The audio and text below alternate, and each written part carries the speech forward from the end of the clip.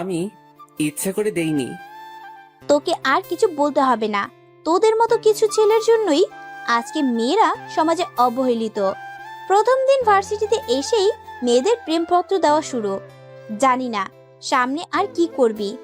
তোকে দেখে তো মনে হয় একদম নিষ্পাপ বাচ্চা, কিন্তু তুই যে এমন একটা কাজ করবি তা তোকে দেখে কেউই বুঝতে পারবে না।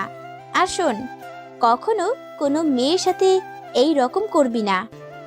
মাথা নিচু করে দাঁড়িয়ে আছি। অনেক ছাত্রছাত্রী দাঁড়িয়ে আমাকে দেখছে। কোনো কিছু না করেও এইভাবে সবার সামনে অপমানিত হলাম। অবশ্য অপমানিত হওয়া আমার কাছে নতুন কিছু নয়। সেই ছোটবেলা থেকেই অপমানিত হয়ে আসছি।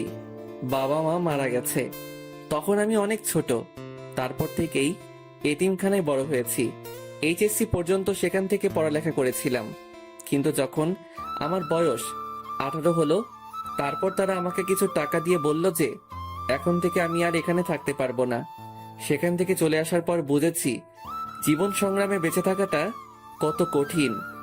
কলেজে ভালো রেজাল্ট করেছি বিধায় এই কলেজে অনার্সে চান্স পেয়েছি। আমি পারভেজ, আর এই দুনিয়ায় আমি শুধু একা, কেউ নেই আমার। কলেজে গেট দিয়ে ঢুকে সামনে যাইতেছি, তখনই কেউ একজন ডাক দিল। সামনে যাওয়ার পর বলল, কলেজে নতুন নাকি? জি ভাইয়া, নতুন। নাম কি? পারভেজ।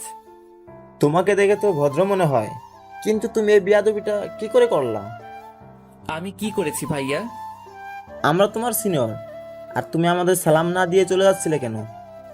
দুঃখিত ভাইয়া, আমি খেয়াল করিনি। এখন থেকে দিবে। ঠিক আছে, এবারের মতো মাফ করে দিলাম। এই খামটা নাও। আর ওই যে দেখতেছো যে একটা মেয়ে দাঁড়িয়ে কথা বলছে, ও আমার ফ্রেন্ড। তুমি ক্লাসে যাওয়ার সময় ওই মেয়েটাকে এই খামটা দিবা। এটা খুবই গুরুত্বপূর্ণ একটা কাগজ। আচ্ছা ভাইয়া, দিব।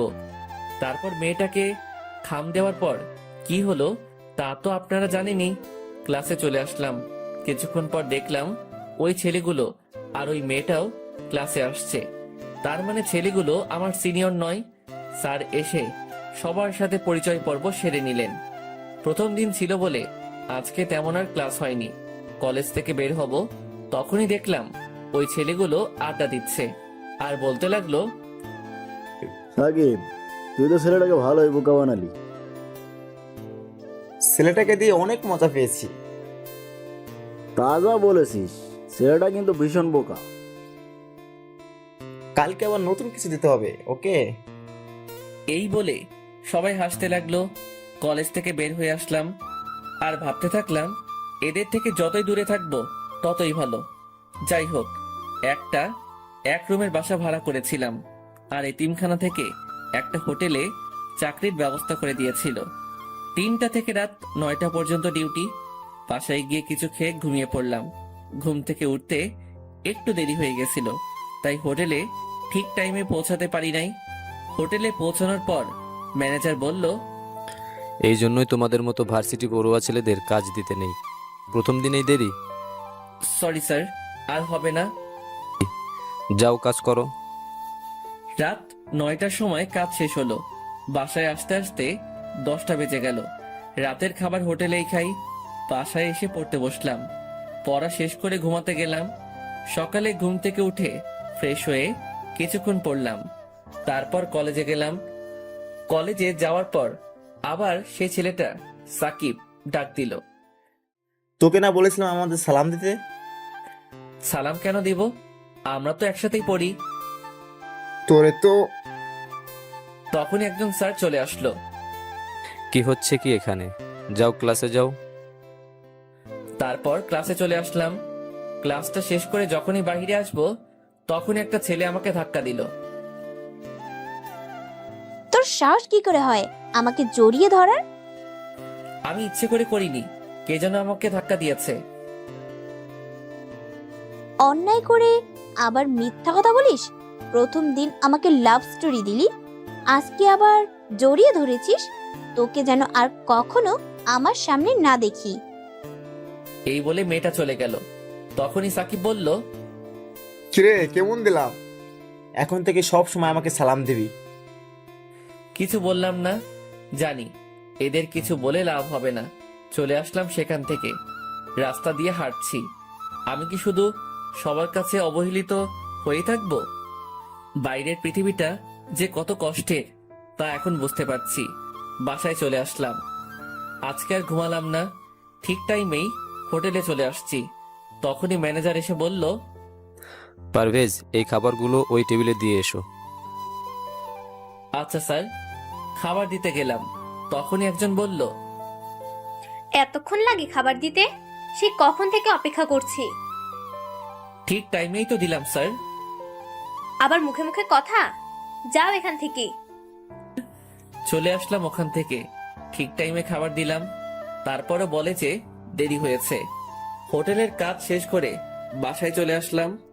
কিছুক্ষণ পড়ার পর ঘুমোতে গেলাম। শুয়ে শুয়ে ভাবছি, আমার জীবনের লক্ষ্য কি? এই দুনিয়ায় তো আমার কেউ নেই। না আছে কোনো আত্মীয় স্বজন, না আছে কোনো বন্ধু। আমার সাথে তো কেউ ভালো ব্যবহার করে না। জানি না এই অবহেলিত জীবনের সমাপ্তি কখন ঘটবে। আমি মরে গেলে আমার লাশ দাফন করার জন্য কেউ থাকবে না। এসব ভাবছি আর দু চোখ বেয়ে পানি পড়ছে। সকালে ঘুম থেকে উঠে কিছুক্ষণ পড়লাম। তারপর কলেজে আসলাম। ক্লাসে বসে আছি। সবাই যার যার মতো আড্ডা দিচ্ছে, আর আমি পিছনের বেঞ্চে বসে আছি। কারণ হলো আমি তাদের মতো নই। হঠাৎ করে সাকিব বলল, কিরে, তুই প্রতিদিন একই শার্ট পরে কলেজ আসিস কেন? কলেজের মানবতার দেওয়াল থেকে কিছু কাপড় নিস, ওগুলো তোর পরনের কাপড় থেকেও ভালো। এটা বলার পরই সবাই হাসতে লাগলো, আর আমি মাথা নিচু করে চোখের পানি ফেলছি। স্যার ক্লাসে আসলো, পড়ানো শুরু করলেন। ক্লাস শেষ করে কলেজ ক্যান্টিনে আসলাম। খুবই ক্ষুধা লাগছিল, তাই কিছু খেতে গেলাম। একটা চেয়ারে বসে সিঙ্গারা খাচ্ছি। তখনই সাকিব আর ওর বন্ধুরা আসলো। তারা সবাই আমার পাশে থাকা চেয়ারে বসলো। ওই মামা, সিঙ্গারা দাও তো। তারা সবাই আমার পাশে বসে সিঙ্গারা খাচ্ছে। সিঙ্গারা খাওয়ার পর আমাকে দেখিয়ে বলল, এই মামা, সিঙ্গারা টাকা ও দেবে। আমাকে কিছু বলার সুযোগ না দিয়েই তারা চলে গেল। তারপর বাধ্য হয়ে আমাকে টাকা দিতে হলো। তারপর সেখান থেকে বাসায় চলে আসলাম। ভাবছি আজকে দুপুরে না খেয়ে থাকতে হবে। আমার মতো ছেলে না খেয়ে থাকলে কারো যায় আসে না। বাসায় বসে এসব ভাবছি, তখনই পাশের বাসার এক বড় ভাই এসে বলল, পারভেজ, তোমার রক্তের গ্রুপ কি? বি পজিটিভ ভাই। তুমি কি রক্ত দিতে পারবে? জি ভাই, পারবো। তারপর বড় ভাইয়ের সাথে হাসপাতালে গেলাম রক্ত দিতে। রক্ত দেওয়ার পর কিছুক্ষণ বেডে শুয়ে বিশ্রাম নিলাম। দুপুরে আর না খেয়ে থাকতে হয়নি। অনেক কিছু খেতে দিয়েছিল আমাকে। সেখান থেকে আর বাসায় গেলাম না, ওখান থেকেই হোটেলে চলে গেলাম। আজকে অনেক দেরি হয়ে গেছে। জানি না আজকে গেলে ম্যানেজার কি বলবে। হোটেলে যাওয়ার পরই ম্যানেজার বলল, তোমার কি কোনো দায়িত্ববোধ নেই? তোমাকে বলেছিলাম না যে দেরি করবে না? Sorry sir. এখানে আর দাঁড়িয়ে না থেকে যাও, কাজ করো। কাজ শেষ করে বাসায় আসলাম। শরীরটা খুবই খারাপ লাগছে, তাই আজকে আর পড়তে বসলাম না। তাড়াতাড়ি ঘুমিয়ে পড়লাম। সকালে ঘুম থেকে উঠে কিছুক্ষণ পড়লাম। তারপর কলেজে গেলাম। কলেজে যাওয়ার পর সাকিব ডাক দিল। ওদের ওখানে গিয়ে দেখলাম ওরা সবাই সিগারেট খাচ্ছে। আমি আবার সিগারেটের ধোঁয়া সহ্য করতে পারি না, তাই বললাম, যা বলবেন একটু তাড়াতাড়ি বলবেন। আমি সিগারেটের ধোঁয়া সহ্য করতে পারি না। আমার কথা শুনে ওরা সবাই হাসতে লাগলো। তারপর সাকিব বলল, তোকে তো আজকে এত সহজে ছাড়ছি না। তুই এখন আসমাকে গিয়ে প্রপোজ করবি, তা না হলে তোকে সিগারেট খাওয়াবো। আসমাকে? এখন আসমাকে চেনো না? যার কাছে তুই থাপ্পড় খাইলি সে হলো আসমা। আমি এটা করতে পারবো না। তাহলে তোকে জোর করে সিগারেট খাওয়াবো, তাও আবার অন্য স্টাইলে। এই গাঁজাগুলো সিগারেটের ভিতর ভর, তারপর ওকে জোর করে খাওয়াবো। দয়া করে আমার সাথে এমনটা করবেন না। তাহলে যা, আসমাকে প্রপোজ কর। বাধ্য হয়ে প্রপোজ করতে গেলাম। আসমার সামনে গিয়ে মাথা নিচু করে আসমাকে প্রপোজ করলাম। ছোট লোকের বাচ্চা, তুই আবার আমাকে প্রপোজ করেছিস? তোকে বলেছিলাম না আর কখনো আমার সামনে আসবি না। তারপর আমাকে প্রিন্সিপালের রুমে নিয়ে গেল। স্যার আমাকে অনেক বিরক্ত করছে। তুমি আসমাকে বিরক্ত কেন করছো? তোমাদের মতো ছেলেদের জন্য কলেজের মান সম্মান নষ্ট হয়। আমি তোমাকে কলেজ থেকে বহিষ্কার করব।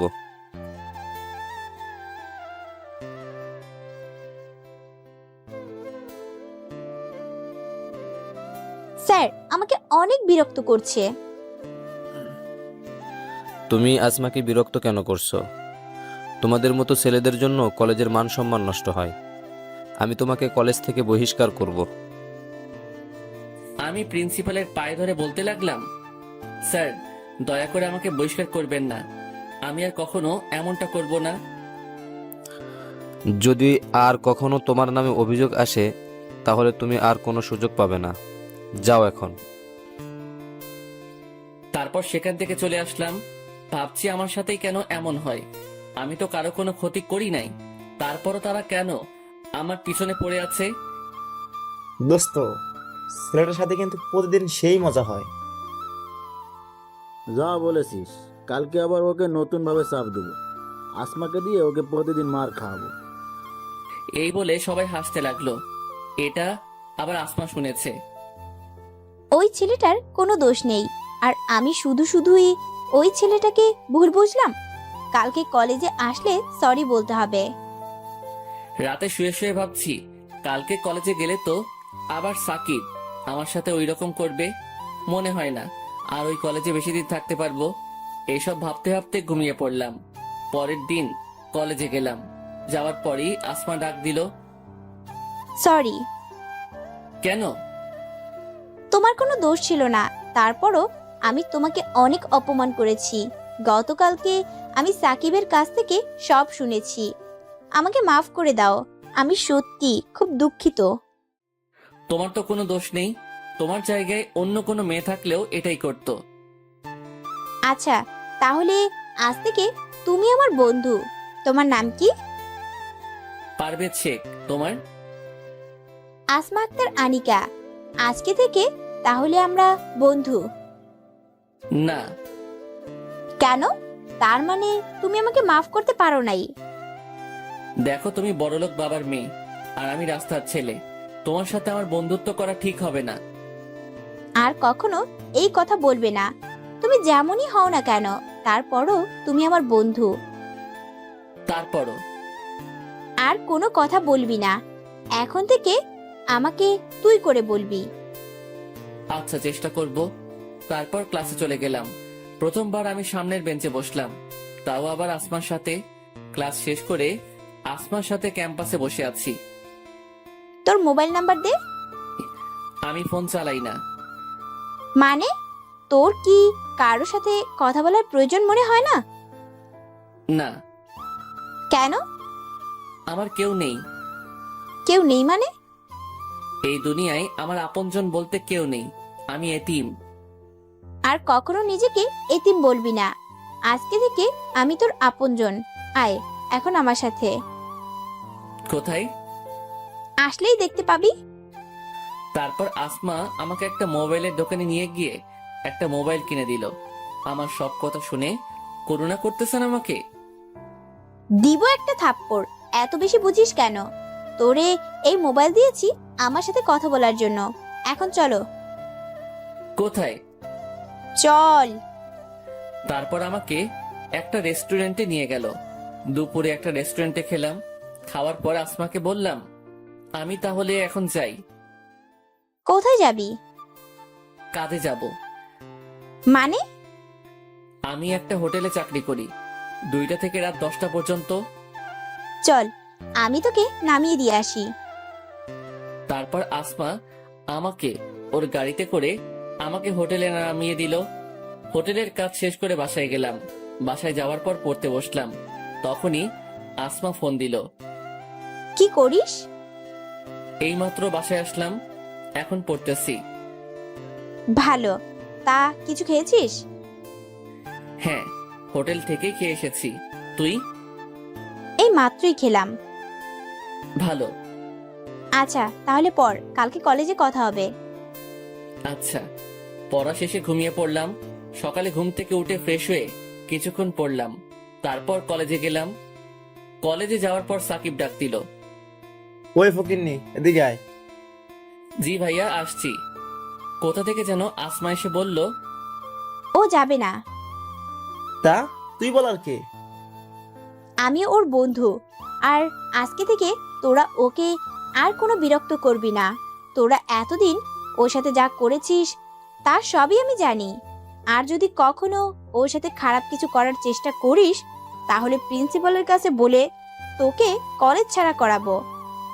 এই বলে আমাকে নিয়ে অন্য জায়গায় চলে গেল। তোর সাথে যে ওরা এত খারাপ ব্যবহার করে তুই কি ওদের কিছু বলিস না? কি বলবো, সবই আমার কপালের দোষ। সবাই আমার সাথে ওই রকম করে। আজ থেকে কেউ যদি তোর সাথে খারাপ ব্যবহার করে তাহলে তুই তার প্রতিবাদ করবি। তারপর রুমে আসলাম। একটা ক্লাস করার পরই আসমা বলল, চল। কোথায়? ক্লাস করবি না? আজকে আর ক্লাস করব না, এখন তুই আর আমি ঘুরতে যাব। তারপর আসমা আমাকে নিয়ে নদীর পাড়ে একটা পার্কে ঘুরতে গেল। একটা বেঞ্চের উপর দুজনে বসে আছি। হালকা বাতাস বইছে, খুবই ভালো লাগতেছে। হঠাৎই আসমা আমাকে বলল, আচ্ছা, তুই কি কখনো কোনো মেয়ের প্রেমে পড়েছিস? কখনো এটা নিয়ে ভাবিনি। কেন? কিভাবে বেঁচে থাকবো তার ঠিক নাই, আবার প্রেমে পড়বো? তুই কি কারো প্রেমে পড়েছিস? অল্প অল্প। বুঝলাম না। বুঝতে হবে না, এখন চল ফুচকা খাবো। তারপর আসমা আমাকে নিয়ে ফুচকা খেতে গেল। ফুচকা খাওয়ার পর আসমা আমাকে হোটেলে নামিয়ে দিল। হোটেলের কাজ শেষে রাতে বাসায় গিয়ে শুয়ে শুয়ে ভাবছি, জীবনে প্রথমবার মনে হলো আমি একা নই। প্রথমবার মনে হলো কোনো আপনজনের ভালোবাসা পেয়েছি। যতক্ষণ আসমার সাথে ছিলাম ততক্ষণ মনেই হয়নি যে এই দুনিয়ায় আমার কেউ নেই। জানি না আসমা আমাকে কি ভাববে, কিন্তু আমি চাই ও এভাবেই সব সময় আমার সাথে থাকুক।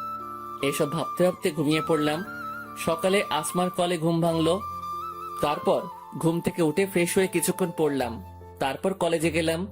কলেজে যাওয়ার পর আসমা বলল, তোর চোখ লাল কেন? রাতে ঠিকভাবে ঘুম হয়নি। কেন? এমনি। আচ্ছা, যাই হোক, আজকে তোকে হোটেলে যেতে হবে না। কেন? আজকে আমার জন্মদিন, সন্ধ্যায় বাসায় পার্টি আছে, আর তুই সেখানে অবশ্যই আসবি। শুভ জন্মদিন, কিন্তু আমি না গেলে হয় না? আমি একটা এতিম ছেলে, আমার ভালো কোনো জামা কাপড় নেই। আর সব থেকে বড় কথা হলো আমার পরিচয় দেওয়ার মতো পরিচয় নেই। কেউ জিজ্ঞাসা করলে কি বলবো? কি বললি তুই? কেন? আসলে কি হবে? আর তুই আমার বন্ধু, এইটাই তোর পরিচয়। আমি সত্যি বলছি, আসলে সেখানে কত বড় বড় লোক থাকবে, আর আমি সামান্য একটা হোটেলে কাজ করা এতিম ছেলে। তুই অনেক কথা শুনবি, সবাই বলবে আমার মতো একটা ছেলে কি করে তোর বন্ধু হলো। সবাই কি বললো তা আমি পরোয়া করি না। তুই যদি আমাকে তোর বন্ধু মনে করিস তাহলে অবশ্যই আসবি। আর এভাবে খালি খালি জন্মদিনের শুভেচ্ছা জানালে হবে না। আমার গিফট কই? ইয়ে মানে গিফট? গিফটের কথা শুনেই আমার মনটা খারাপ হয়ে গেল। আচ্ছা, নিয়ে আসবো। এই, আমি খুবই দুঃখিত, আমি তো মজা করছিলাম। তোর কোনো গিফট আনতে হবে না, তুই আসলেই আমি খুশি। না, তা কি করে হয়? সেখানে সবাই তো গিফট নিয়ে আসবে। সবাই আর তুই এক না, তোর কাছে আমার কোনো গিফট চাই না। আমার কাছে তুই আমার জন্য গিফট। তোর সাথে সময় কাটানোর পর যে ভালো লাগা কাজ করে তা আমার জীবনে আর কখনো হয়েছে কিনা জানি না। তোর কোনো গিফট আনতে হবে না, শুধু তুই আসলেই আমি অনেক খুশি হব। আচ্ছা, দেখা যাবে, এখন চল। তারপর ক্লাসে গেলাম। আজকে আসমা কলেজ থেকে একটু তাড়াতাড়ি চলে গেল। আসমা চলে যাওয়ার পর কেমন জানি ভালো লাগছিল না, তাই আমিও বাসায় চলে আসলাম। বাসায় এসে ভাবতে থাকলাম আমার কি করা উচিত। সেখানে যাওয়া কি ঠিক হবে, না শুধু গিফটটা দিয়ে আসবো? যদি যাই তাহলে আসমা অনেক কথা শুনবে, সেটা আমি নিশ্চিত। আর যদি না যাই তাহলে তো আসমা অনেক কষ্ট পাবে। না, আমি আসমাকে জেনে শুনে কষ্ট দিতে পারি না। ওই জীবনে প্রথম কোনো ব্যক্তি যে আমার এতটা খেয়াল রেখেছিল। আমি আসমাকে কখনো কষ্ট দিতে পারি না, কিন্তু আসমার জন্য কি গিফট কিনবো? যাই কিনি না কেন, সেটা ওর জন্মদিনের সব থেকে কম দামি গিফট হবে। অনেক কষ্ট করে 2000 টাকা জমিয়েছিলাম। ভেবেছিলাম বাবা মায়ের জন্য মিলাদ পড়াবো। ভাবছি সেটা পরে পড়াবো। ওই টাকা দিয়ে আসমার জন্য একটা শাড়ি কিনবো। সন্ধ্যার সময় দোকান থেকে একটা শাড়ি কিনে আসমাদের বাসায় গেলাম। গেট দিয়ে ঢুকবো, তখনই দারোয়ান এসে বাধা দিল। দাঁড়ান, কোথায় যাচ্ছেন? ভিতরে যাব। কে আপনি যে ভিতরে যাবেন? আমি আসমার বন্ধু। দারোয়ান আমার দিকে অনেকক্ষণ তাকিয়ে থেকে তারপর বলল, ফাইজলামি করেন? আপনি কিভাবে আসমা ম্যাডামের বন্ধু হতে পারেন? সরি পারভেজ, আপনি ওকে ঢুকতে দিলেন না কেন? দুঃখিত ম্যাডাম, আমি বুঝতে পারি নাই। তারপর আসমা আমাকে বাড়ির ভিতরে নিয়ে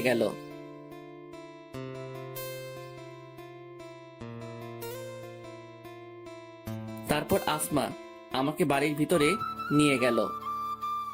বাড়ির ভিতরে ঢুকেই তো আমি অবাক চোখে তাকিয়ে আছি। অনেক বড় বাড়ির ভিতরে নিয়ে আসলো আমাকে, আর পুরো বাড়ি অনেক সুন্দর করে সাজানো হয়েছে। এখানে যারা এসেছে তারা সবাই অনেক বড় লোক, আর আমাকে দেখে যে কেউই বুঝে যাবে আমি কি রকম ছেলে। সবাই আমার দিকে তাকাচ্ছে, কেমন জানি লাগছে আমার। এখানে না আসলেই বুঝি ভালো হতো, এসব ভাবতে থাকলাম। তারপর আসমা আমাকে নিয়ে কেক কাটতে গেল। প্রথমে ওর বাবা মা, তারপর আমাকে খাইয়ে দিল। আমি বোকার মতো আসমার দিকে তাকিয়ে আছি, আর বাকিরা সবাই অনেক অবাক হয়েছে, কারণ আমার মতো একটা ছেলেকে আসমা ওর বাবা মায়ের পর কেক খাইয়ে দিল। আমি আসমাকে কিছু বলতেও পারছি না। এখান থেকে তাড়াতাড়ি যেতে পারলেই বাঁচি। খাওয়া দাওয়ার পর আসমা বলল, বাবা মায়ের সাথে কথা বলবি, চল। ইয়ে মানে আজকে না বললে হয় না? কেন, কি হয়েছে? আমার শরীর খুবই খারাপ লাগছে। আমি এখন বাসায় যাই, পরে একসময় কথা বলবো। আচ্ছা যা, বাসায় গিয়ে ফোন দিস। এই প্যাকেটটা রাখো, কি আছে এতে? খোলার পরই দেখতে পারবি। আচ্ছা, এখনই খুলতেছি। এই না, এখন খুলতে হবে না, পরে খুলিস। পরে খুলবো কেন, কি আছে এতে? সেটা পরে খুললেই দেখতে পারবি। আমি এখন যাই। তারপর সেখান থেকে বাসায় চলে আসলাম। বিছানায় শুয়ে শুয়ে ভাবছি, আসমা ওর বাবা মায়ের পরই আমাকে কেন কেক খাইয়ে দিল। আমি কল্পনাই করতে পারি নাই যে আসমা আমাকে তখন কেক খাইয়ে দিবে। সেখানে উপস্থিত সবাই অনেক অবাক হয়েছে। আসমার বাবা মা কি ভাববে জানি না। এত কিছু হওয়ার পরও কিভাবে তাদের সাথে কথা বলতাম, তাই তো দেখা না করেই চলে এসেছি। আসমাকে যত দেখছি ততই অবাক হচ্ছি। ও কি শুধুই আমাকে ফ্রেন্ড ভাবে, না অন্য কিছু? ওর সাথে যদি আর কিছুদিন এভাবে থাকি তাহলে আমি তো ওকে ভালোবেসে ফেলবো। এখনই ওর কথা না ভেবে একদিনও থাকতে পারি না। ওই আমার জীবনের প্রথম ব্যক্তি যে আমার এতটা খেয়াল রাখছে। জীবনের প্রথমবার মনে হয়েছে কোনো আপনজনের ভালোবাসা পেয়েছি। জানি না ওকে ছাড়া কোনোদিনও থাকতে পারবো কিনা, কিন্তু ও তো আর সবসময় আমার সাথে থাকবে না। আমার মনে হয় ও আমাকে ভালোবাসে। তাহলে কি ওকে আমার মনের কথা বলে দিব? কিন্তু ও যদি আমাকে ভালো না বাসে তাহলে তো আমাকে ভুল বুঝবে। তার চেয়ে না বলাই থাক, শুধু বন্ধু হয়ে থাকি। সকালে ঘুম থেকে উঠে মোবাইলটা হাতে নিলাম। দেখলাম রাতে আসমা অনেকগুলো কল করেছিল। মোবাইল সাইলেন্ট করা ছিল, তাই শুনতে পাইনি। এখন আর কল দিলাম না। তারপর ফ্রেশ হয়ে খেয়ে কিছুক্ষণ পড়লাম। তারপর কলেজে গেলাম। কলেজে গিয়ে দেখলাম আসমা আমার আগে চলে এসেছে। আমাকে দেখে রাগী কণ্ঠে বলতে লাগলো, রাতে কই ছিলি? কেন, বাসায় ছিলাম। কতগুলো কল করছি, ধরলি না কেন? আসলে তোদের ওখান থেকে আসার পরপরই ঘুমিয়ে গেছিলাম, আর মোবাইল সাইলেন্ট করা ছিল, তাই শুনতে পাইনি। তোকে বলেছিলাম না গিফট না আনতে, তারপরও কেন আনলি? কেন, পছন্দ হয়নি? দিব এক থাপ্পড়। পছন্দ হবে না কেন? কত সুন্দর একটা শাড়ি, কিন্তু তুই এত টাকা কিভাবে জোগাড় করলি? এত টাকা কোথায় পেলি? মাত্র 2000 টাকা। তোর জন্মদিনে সব থেকে কম দামি গিফট। টাকা আমার কাছে ছিল। তোকে দেখেই বোঝা যাচ্ছে যে তুই মিথ্যা কথা বলছিস। সত্য কথা বল। আসলে একটু একটু করে ওই টাকাগুলো জমিয়েছিলাম। ভেবেছিলাম বাবা মায়ের নামে মিলাদ পড়াবো। এখন ভাবছি মিলাদ পরে পড়াবো। তার মানে ওই টাকা দিয়েই তুই আমার জন্য শাড়ি কিনেছিস? আসমার দু চোখ বেয়ে পানি পড়ছে, আর সাথে সাথেই আমাকে জড়িয়ে ধরে কাঁদতে কাঁদতে বলল, কেন তুই ওই টাকা দিয়ে শাড়ি কিনতে গেলি? তোর কাছে আমার কোনো গিফট চাই না। আমার কাছে তুই সব থেকে বড় গিফট। চল এখন কোথায়? একটা এতিমখানায় যাব, কেন? তোর বাবা মায়ের জন্য মিলাদ পড়াতে। দুঃখিত, এটা আমি করতে পারবো না। কেন? আমি আমার নিজের টাকা দিয়ে বাবা মায়ের জন্য মিলাদ পড়াবো। তো কি হয়েছে? মনে কর আমার টাকাই তোর টাকা। কিছু মনে করিস না, আমার নিজের উপার্জিত টাকা দিয়ে মিলাদ পড়াবো, কারো কাছ থেকে নিয়ে নয়। আর এখন বল, শাড়িটা কেমন লাগছে? অনেক সুন্দর। তা কখনো কি শাড়িটা পরবি? পরবো না কেন? না মানে শাড়িটা তো অনেক কম দামি। তুই তো মনে হয় এত কম দামি জিনিস পরিস না, তাই বললাম। পরিনি তো কি হয়েছে, এখন থেকে পরবো। কালকে বিকালেই শাড়ি পরে তোর সাথে নদীর পাড়ে ঘুরতে যাব। দেখা যাবে, এখন চল। তারপর ক্লাস করে বাসায় চলে গেলাম। ফ্রেশ হয়ে হোটেলে আসলাম। ম্যানেজারকে বললাম, স্যার কালকে আমার ছুটি লাগবে। তারপর ম্যানেজার বলল, রোজ রোজ তোমাকে ছুটি দিতে পারবো না। যদি কাজ করতে মন না চায় তাহলে আর আসার দরকার নেই। সরি স্যার, আর কখনো ছুটি নিব না, শুধু কালকেই লাস্ট। মনে থাকে যেন কথাটা। কালকের পরে ছুটি নিতে হলে একবারে নিবে। এখন যাও, কাজ করো। রাতে কাজ করে বাসায় এসে কিছুক্ষণ পড়লাম। পড়ার পর ঘুমাতে গেলাম। ভাবতে থাকলাম আসমার কথা। প্রথম কোনো মেয়ে আমাকে জড়িয়ে ধরলো। আমি কল্পনাই করতে পারি নাই যে আসমা আমাকে জড়িয়ে ধরবে। ওর সাথে থাকতে থাকতে কখন যে ওকে ভালোবেসে ফেলেছি তা নিজেও জানি না। এখন তো এমন হয়েছে, ওর সাথে কথা না বলে থাকতেই পারি না। যখনই কেউ আমার সাথে খারাপ ব্যবহার করে তখনই আসমার হাসি মুখটা চোখের সামনে ভেসে ওঠে। তখন সেই সব অপমান আর গায়ে লাগে না। কালকে বিকালে আসমা আমার দেওয়া শাড়ি পরবে। তাহলে কালকে কি আসমাকে আমার মনের কথা বলে দিব? জানি না ও আমাকে কি ভাববে। সকালে ঘুম থেকে উঠে ফ্রেশ হয়ে কলেজে গেলাম। আজকে একটু আগে কলেজে চলে আসলাম। গিয়ে দেখি আসমা এখনো আসেনি। কিছুক্ষণ একটা বেঞ্চের উপর বসলাম। এর মধ্যে আসমাও চলে এসেছে। আমার কাছে এসে বলতে লাগলো, আজকে এত তাড়াতাড়ি চলে এসেছিস? সবসময় তো আমার পরে আসতি। এমনি আগে চলে এসেছি। আজকে বিকালে যখন ঘুরতে যাব তখন তোকে একটা কথা বলবো। আমিও তোকে কিছু বলবো। কি বলবি? তার সময় হলেই জানতে পারবি। আচ্ছা ঠিক আছে, এখন চল ক্লাসে যাই। চল। ক্লাস শেষ করে বাসায় চলে আসলাম। গোসল করে কিছু খেলাম। তারপর একটু ঘুমিয়ে নিলাম। তারপর তৈরি হয়ে নদীর পাড়ে গেলাম আসমার সাথে দেখা করতে।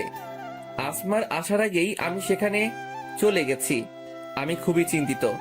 জানি না আসমাকে আমার ভালোবাসার কথা বললে ও কিভাবে নেবে সেটা। যদি ও আমাকে ভালো না বাসে তাহলে হয়তো আমাদের বন্ধুত্ব ভেঙে যাবে। কিন্তু আমি তো আসমাকে ছাড়া থাকতে পারবো না। অনেক ভালোবেসে ফেলেছি ওকে। কিন্তু ও আমাকে কি কথা বলবে? ও কি আমায় ভালোবাসে? এসবই মাথায় ঘুরপাক খাচ্ছে। এর ভিতরে আসমা চলে এসেছে। আমার দেওয়া শাড়ি পরে এসেছে। খুবই সুন্দর লাগছে ওকে। ওর দিকে এক ধ্যানে তাকিয়ে থাকলাম। ও আমার কাছে এসে বলতে লাগলো, এভাবে তাকিয়ে কি দেখছিস? তোকে দেখছি। আমাকে আজকে নতুন দেখছিস মনে হয়? তা না, তোকে আজকে অনেক সুন্দর লাগছে। ভাবছি সত্যি কি এটা তুই না অন্য কেউ। আর শাড়িটা পরার জন্য ধন্যবাদ। তাকিয়ে থাকতে হবে না, আর ধন্যবাদও দিতে হবে না। এখন চল কিছুক্ষণ হাঁটি। তারপর আসমার সাথে হাঁটতে থাকলাম। আসমা কথা বলছে আর আমি নির্বাক শ্রোতার মতো ওর কথা শুনছি আর ওকে দেখছি। আজকে আসমাকে খুবই সুন্দর লাগছে।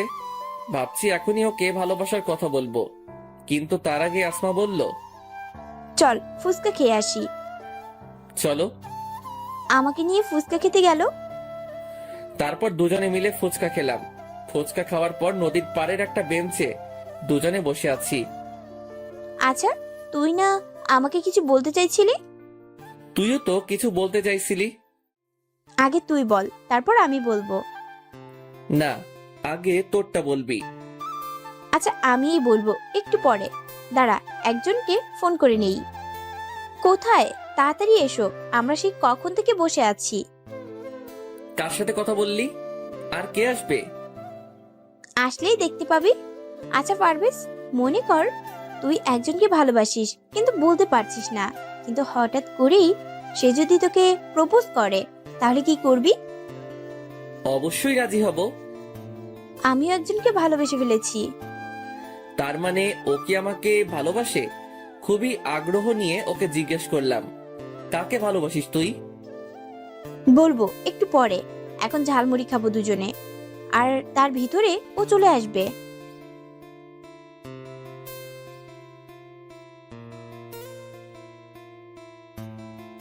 বলবো একটু পরে, এখন ঝালমুড়ি খাবো দুজনে, আর তার ভিতরে ও চলে আসবে। কে আসবে?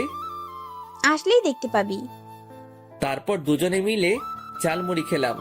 এর মধ্যে একটা ছেলে এসে আসমাকে বলতে লাগলো, ওই পারভেজ, হ্যাঁ। তারপর ছেলেটা আমাকে বলতে লাগলো, তোমার কথাও যে কতবার বলেছে তার কোনো ঠিক নেই। তুমি নাকি ওর লাইফে খুবই গুরুত্বপূর্ণ একজন। আমি আসমাকে জিজ্ঞেস করলাম, ছেলেটা কে? ও রাব্বি, আর আমি ওকেই ভালোবাসি। আসমার মুখে এই কথা শুনে মুহূর্তের মধ্যেই আমার মনে হলো কেউ আমার বুকে চাবুক দিয়ে আঘাত করতেছে। আসমাকে দেখে মনে হচ্ছে ও খুবই খুশি। কোনো রকমে চোখের পানি আটকে হাসি মুখে আসমাকে বললাম, কবে থেকে? আগে তো বললি না। ওকে আমি অনেক আগে থেকেই ভালোবাসি, কিন্তু ওকে কখনো বলা হয়নি। আমাদের বাসার পাশেই ওর বাসা। ওই আমার লাইফের ফার্স্ট ক্রাশ। আর আমার জন্মদিনের পার্টির পর ও আমাকে প্রপোজ করে। আমি প্রথমে খুবই অবাক হয়ে গেছিলাম, কারণ এর আগে কখনোই ও আমার সাথে কথা বলে নাই। আমি শুধু ওকে দূর থেকে দেখতাম।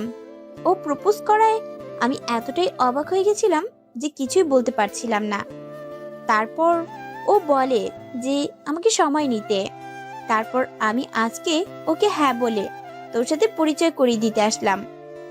হ্যাঁ, খুব ভালো একজন বন্ধু। আমার আসলে একটা কাজ আছে, তাই আমাকে এখন যেতে হবে। তোরা আড্ডা দে। তুই না আজকে হোটেল থেকে ছুটি নিলি?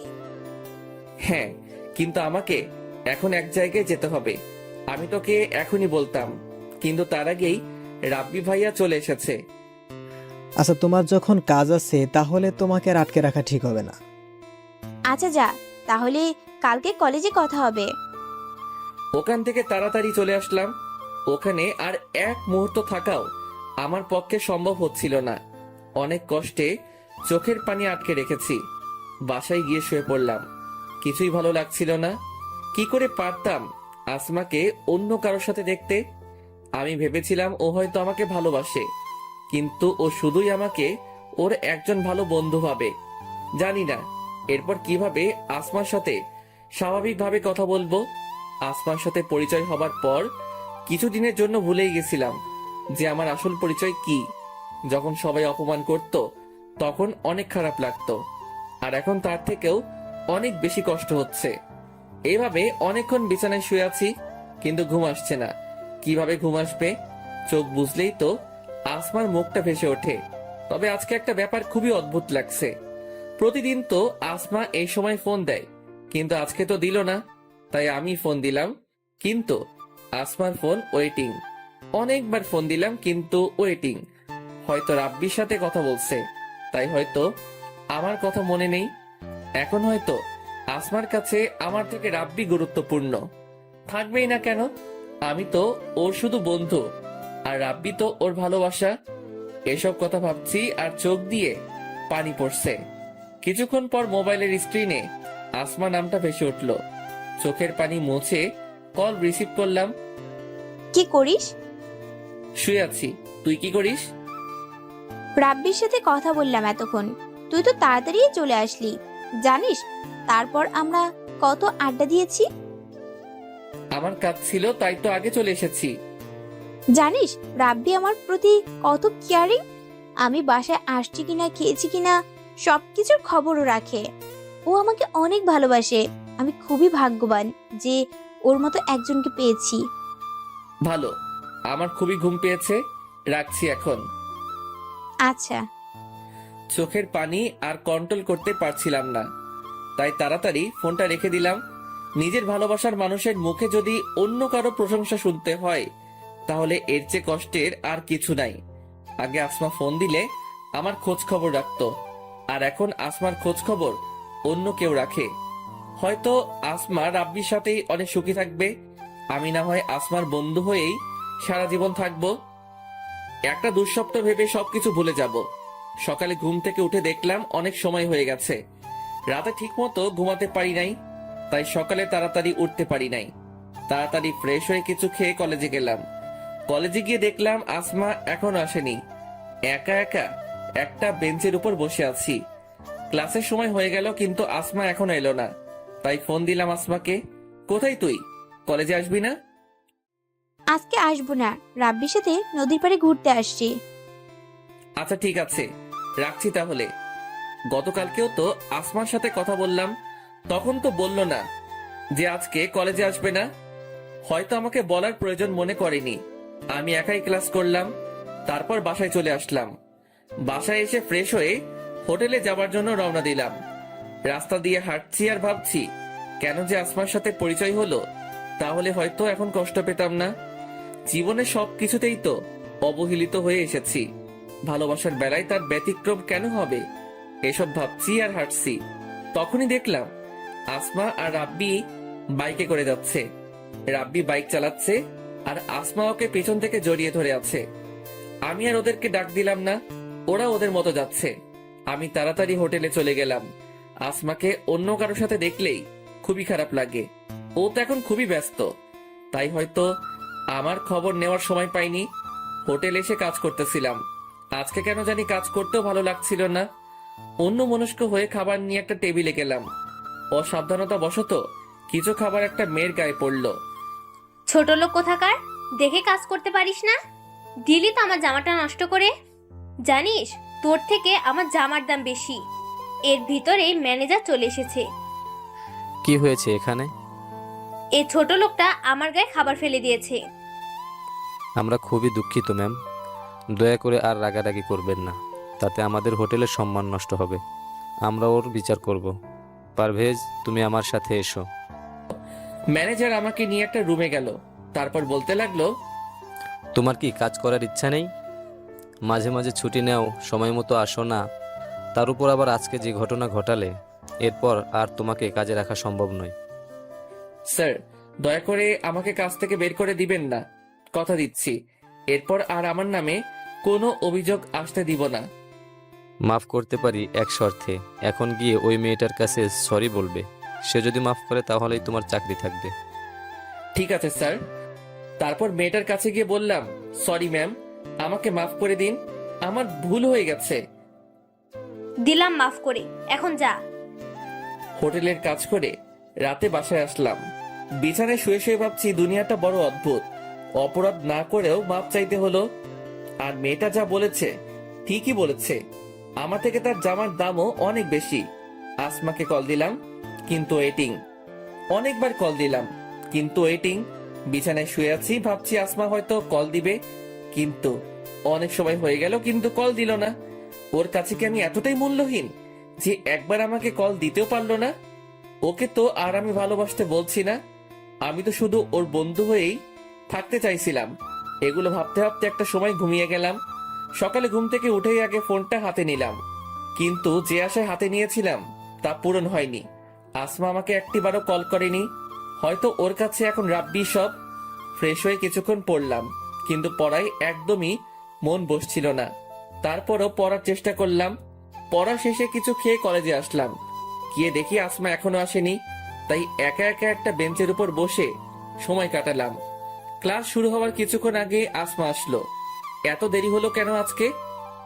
আর বলিস না, গতকাল অনেক রাত পর্যন্ত রাব্বির সাথে কথা বলেছিলাম, তাই ঘুম থেকে উঠতে দেরি হয়েছে। রাতে তোকে অনেকবার কল দিয়েছিলাম। সরি, আমি খেয়াল করিনি। রাব্বির সাথে কথা বলে ঘুমিয়ে গেছিলাম, তাই মনে ছিল না। প্লিজ কিছু মনে করিস না। আরে না, মনে করার কি আছে? আচ্ছা, বিকালে তোর সাথে নদীর পাড়ে ঘুরতে যাব, ঠিক আছে? না, বিকালে যাওয়া যাবে না। হোটেল থেকে আমাকে ছুটি দিবে না। তাহলে কালকে কলেজ ডেমে যাব, ঠিক আছে? আচ্ছা। তারপর ক্লাস করে বাসায় চলে আসলাম।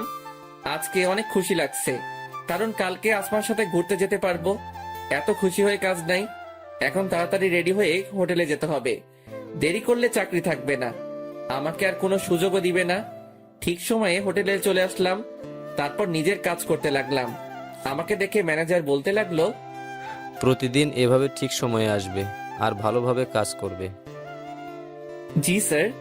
আজকে কাজ করেও কেন জানি অনেক আনন্দ পাচ্ছি। হয়তো আসমার জন্য, কারণ কালকে ওর সাথে নদীর পাড়ে ঘুরতে যাব। অনেকদিন পর আসমার সাথে আড্ডা দিব, ভাবতেই অনেক ভালো লাগছে। কাজ করে বাসায় চলে আসলাম। ফ্রেশ হয়ে কিছুক্ষণ পড়লাম। তারপর ভাবছি আসমাকে একটা ফোন দিব। যেই বাবা সেই কাজ, আসমাকে ফোন দিলাম, কিন্তু ফোন ওয়েটিং। অনেকবার ফোন দিলাম, তাও ওয়েটিং। তোর মুডটাই খারাপ হয়ে গেল। আরে, আমি এত চিন্তা করছি কেন?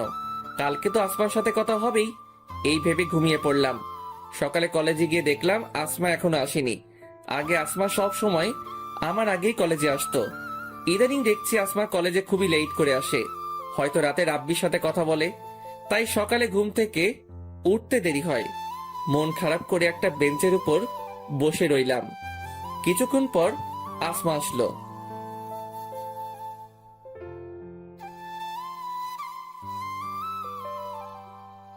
কিরে, এভাবে বেঞ্চের উপর বসে কি ভাবছিস? কিছু না, তোর জন্য অপেক্ষা করছি। সরি, আমার আসতে একটু দেরি হয়ে গেল। কোনো সমস্যা না, এখন চল নদীর পাড়ে যাই। চল। তারপর আমি আর আসমা নদীর পাড়ে ঘুরতে গেলাম। বেঞ্চের উপর বসে দুজনে কথা বলছি। হঠাৎ আসমা কার যেন ফোন দিয়ে আসতে বলল। কারে আসতে বললি? রাব্বিকে? মুহূর্তের মধ্যেই মনটা খারাপ হয়ে গেল। তার মানে আসমা আমার জন্য আসেনি, রাব্বির সাথে ঘুরতে এসেছে, আর আমাকে সাথে করে নিয়ে এসেছে। কিছুক্ষণ পর রাব্বি আসলো। রাব্বি আর আসমা কথা বলছে, আর আমি বোকার মতো বসে আছি। আমার খুবই খারাপ লাগতেছে। আসমা আমার সাথে কি করে করতে পারলো এমনটা? আমি তোকে ঘুরতে যাওয়ার কথা বলিনি, ও নিজেই তো আমাকে বলেছে।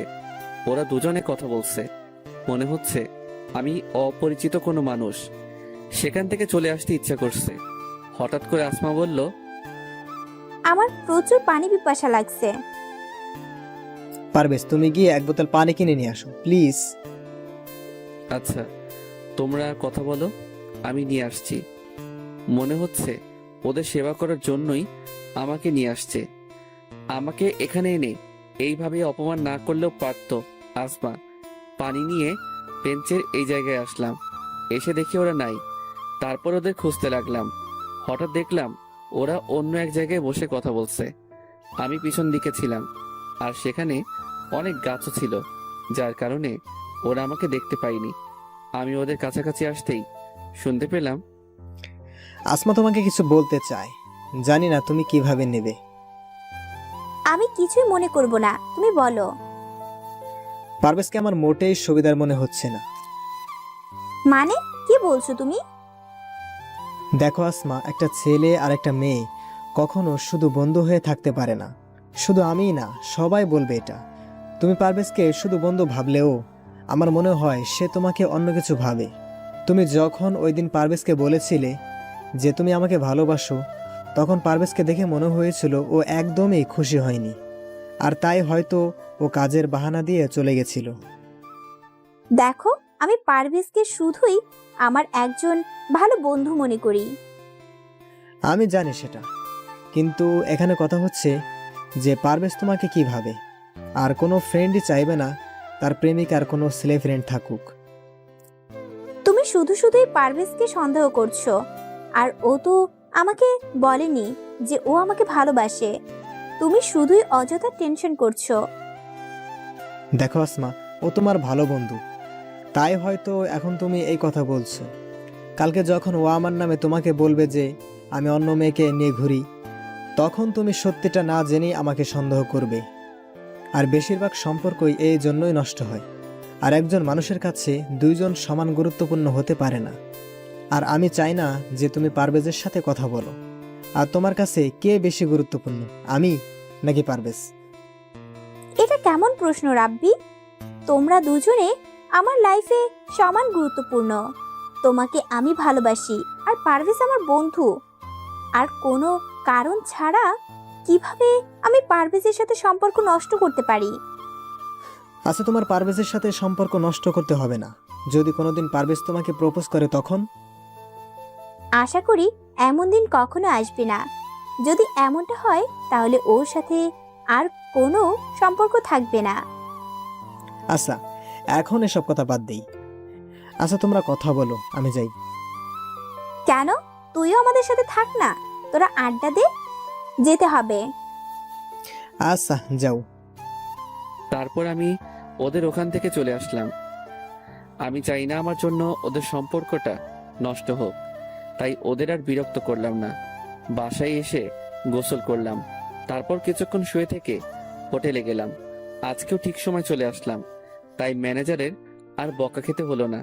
কাজগুলো ঠিকভাবে করতে লাগলাম। রাতে বাসায় এসে শুয়ে শুয়ে ভাবছি, এখন থেকে আসমাকে ভুলে থাকার চেষ্টা করতে হবে। জানি ওকে ভুলে থাকা আমার পক্ষে খুবই কঠিন, কিন্তু এছাড়া আর কোনো পথ নেই। আমার ভালোবাসা কোনোদিনও সফল হবে না, বরং এভাবে চলতে থাকলে কোনোদিন জানি আসমাকে প্রপোজ করে বসি। তখন হয়তো ও আমাকে অনেক খারাপ ভাববে আর বন্ধুত্বটাও নষ্ট করে দিবে। তাই এখন থেকে কলেজে যতটা সম্ভব ওর সাথে কম কথা বলতে হবে, তাহলে হয়তো ওর মায়ায় পড়বো না। রাতে আর আসমাকে ফোন দিলাম না। সকালে ঘুম থেকে উঠে ফ্রেশ হয়ে কলেজে গেলাম। ক্লাস শুরু হওয়া মাত্র কিছুক্ষণ আগে গেলাম, গিয়ে দেখি আমার আগেই আসমা চলে এসেছে। ক্লাসের সময় হয়ে গেছে, তাই আর আসমার সাথে তেমন কথা হয় নাই। তারপর ক্লাস করে ওর সাথে কিছুক্ষণ আড্ডা দিয়ে বাসায় চলে আসলাম।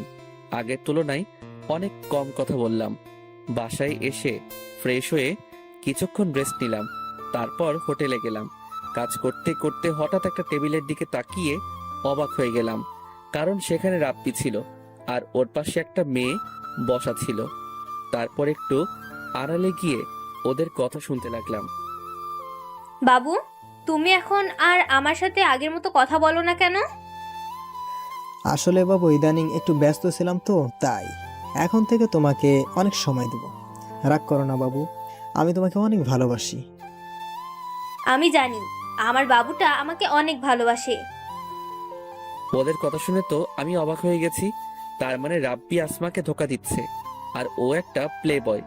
না জানি আরো কত মেয়ের সাথে সম্পর্ক আছে ওর। কাজ শেষ করে বাসায় এসে শুয়ে শুয়ে ভাবছি, আসমাকে যদি রাব্বির কথা বলি তাহলে হয়তো ও বিশ্বাস করবে না, কারণ ওই দিন রাব্বি ওকে পার্কে যেভাবে বলেছে তার জন্য হয়তো আমাকে ভুলও বুঝতে পারে। কিন্তু এটা যদি না বলি তাহলে হয়তো পরবর্তীতে ওর অনেক ক্ষতিও হতে পারে। আর যা বুঝলাম, রাব্বি মোটেও ভালো না। না, ও আমাকে ভুল বুঝলেও আমাকে এই কথাটা ওকে বলতেই হবে, নয়তো ওর অনেক ক্ষতি হবে। আর আমি চাই না আসমার কোনো ক্ষতি হোক। পরের দিন কলেজে গিয়ে আসমার আসার অপেক্ষা করতে লাগলাম। কিছুক্ষণ পর আসমা আসলো। আসমা, আমি তোকে কিছু বলতে চাই, জানি না তুই কি মনে করবি। আমি কিছুই মনে করব না, তুই বল। তারপর আমি ওদের সব কথা শুনলাম। পারভেজ, তোর সাহস কি করে হয় রাব্বির সম্পর্কে এসব কথা বলার? তোকে আমি আমার একজন ভালো বন্ধু মনে করতাম, কিন্তু তোর চিন্তা ভাবনা যে এতটা খারাপ তা আগে জানা ছিল না। রাব্বির সাথে আমার সম্পর্ক নষ্ট করা তোর কি লাভ? ও বুঝেছি, ভালোবাসিস আমায়। তুই ভাবলি কি করে তোকে আমি ভালোবাসবো? তোকে শুধু আমার একজন ভালো বন্ধু মনে করতাম, কিন্তু আজকের পর থেকে আমি ভুলে যাব যে আমার তোর মতো কোনো বন্ধু ছিল। তুই আর কখনো আমার সাথে কথা বলবি না। ওই দিন পার্কে রাব্বি ঠিকই বলেছিল, কিন্তু আমি ওর কথা বিশ্বাস করিনি। যা আমার সামনে থেকে। চোখের পানি মুছে সেখান থেকে চলে আসলাম। আসমা রাব্বির ভালোবাসায় অন্ধ হয়ে গেছে, তাই ওর আমার কথা বিশ্বাস হচ্ছে না। কিন্তু ও যে আমাকে কলেজে সবার সামনে থাপ্পড় মারবে তা আমি কল্পনাও করিনি। কিন্তু আমি আসমাকে কি করে বিশ্বাস করাবো যে আমি যা বলেছি সব সত্যি? আমি জেনে শুনে কিভাবে আসমার ক্ষতি হতে দিতে পারি? ও আমাকে ভালো না বাসলেও আমি তো বাসি। তারপর সেখান থেকে ক্লাসে চলে গেলাম। আসমার সাথে পরিচয় হওয়ার পর এই প্রথমবার ও আমার সাথে একই বেঞ্চে বসে নাই। আমি আগে থেকে সামনের বেঞ্চে বসেছিলাম। ভেবেছিলাম হয়তো তখন রাগের মাথায় অনেক কিছু বলে ফেলেছে, এখন ঠিকই আমার পাশে বসবে।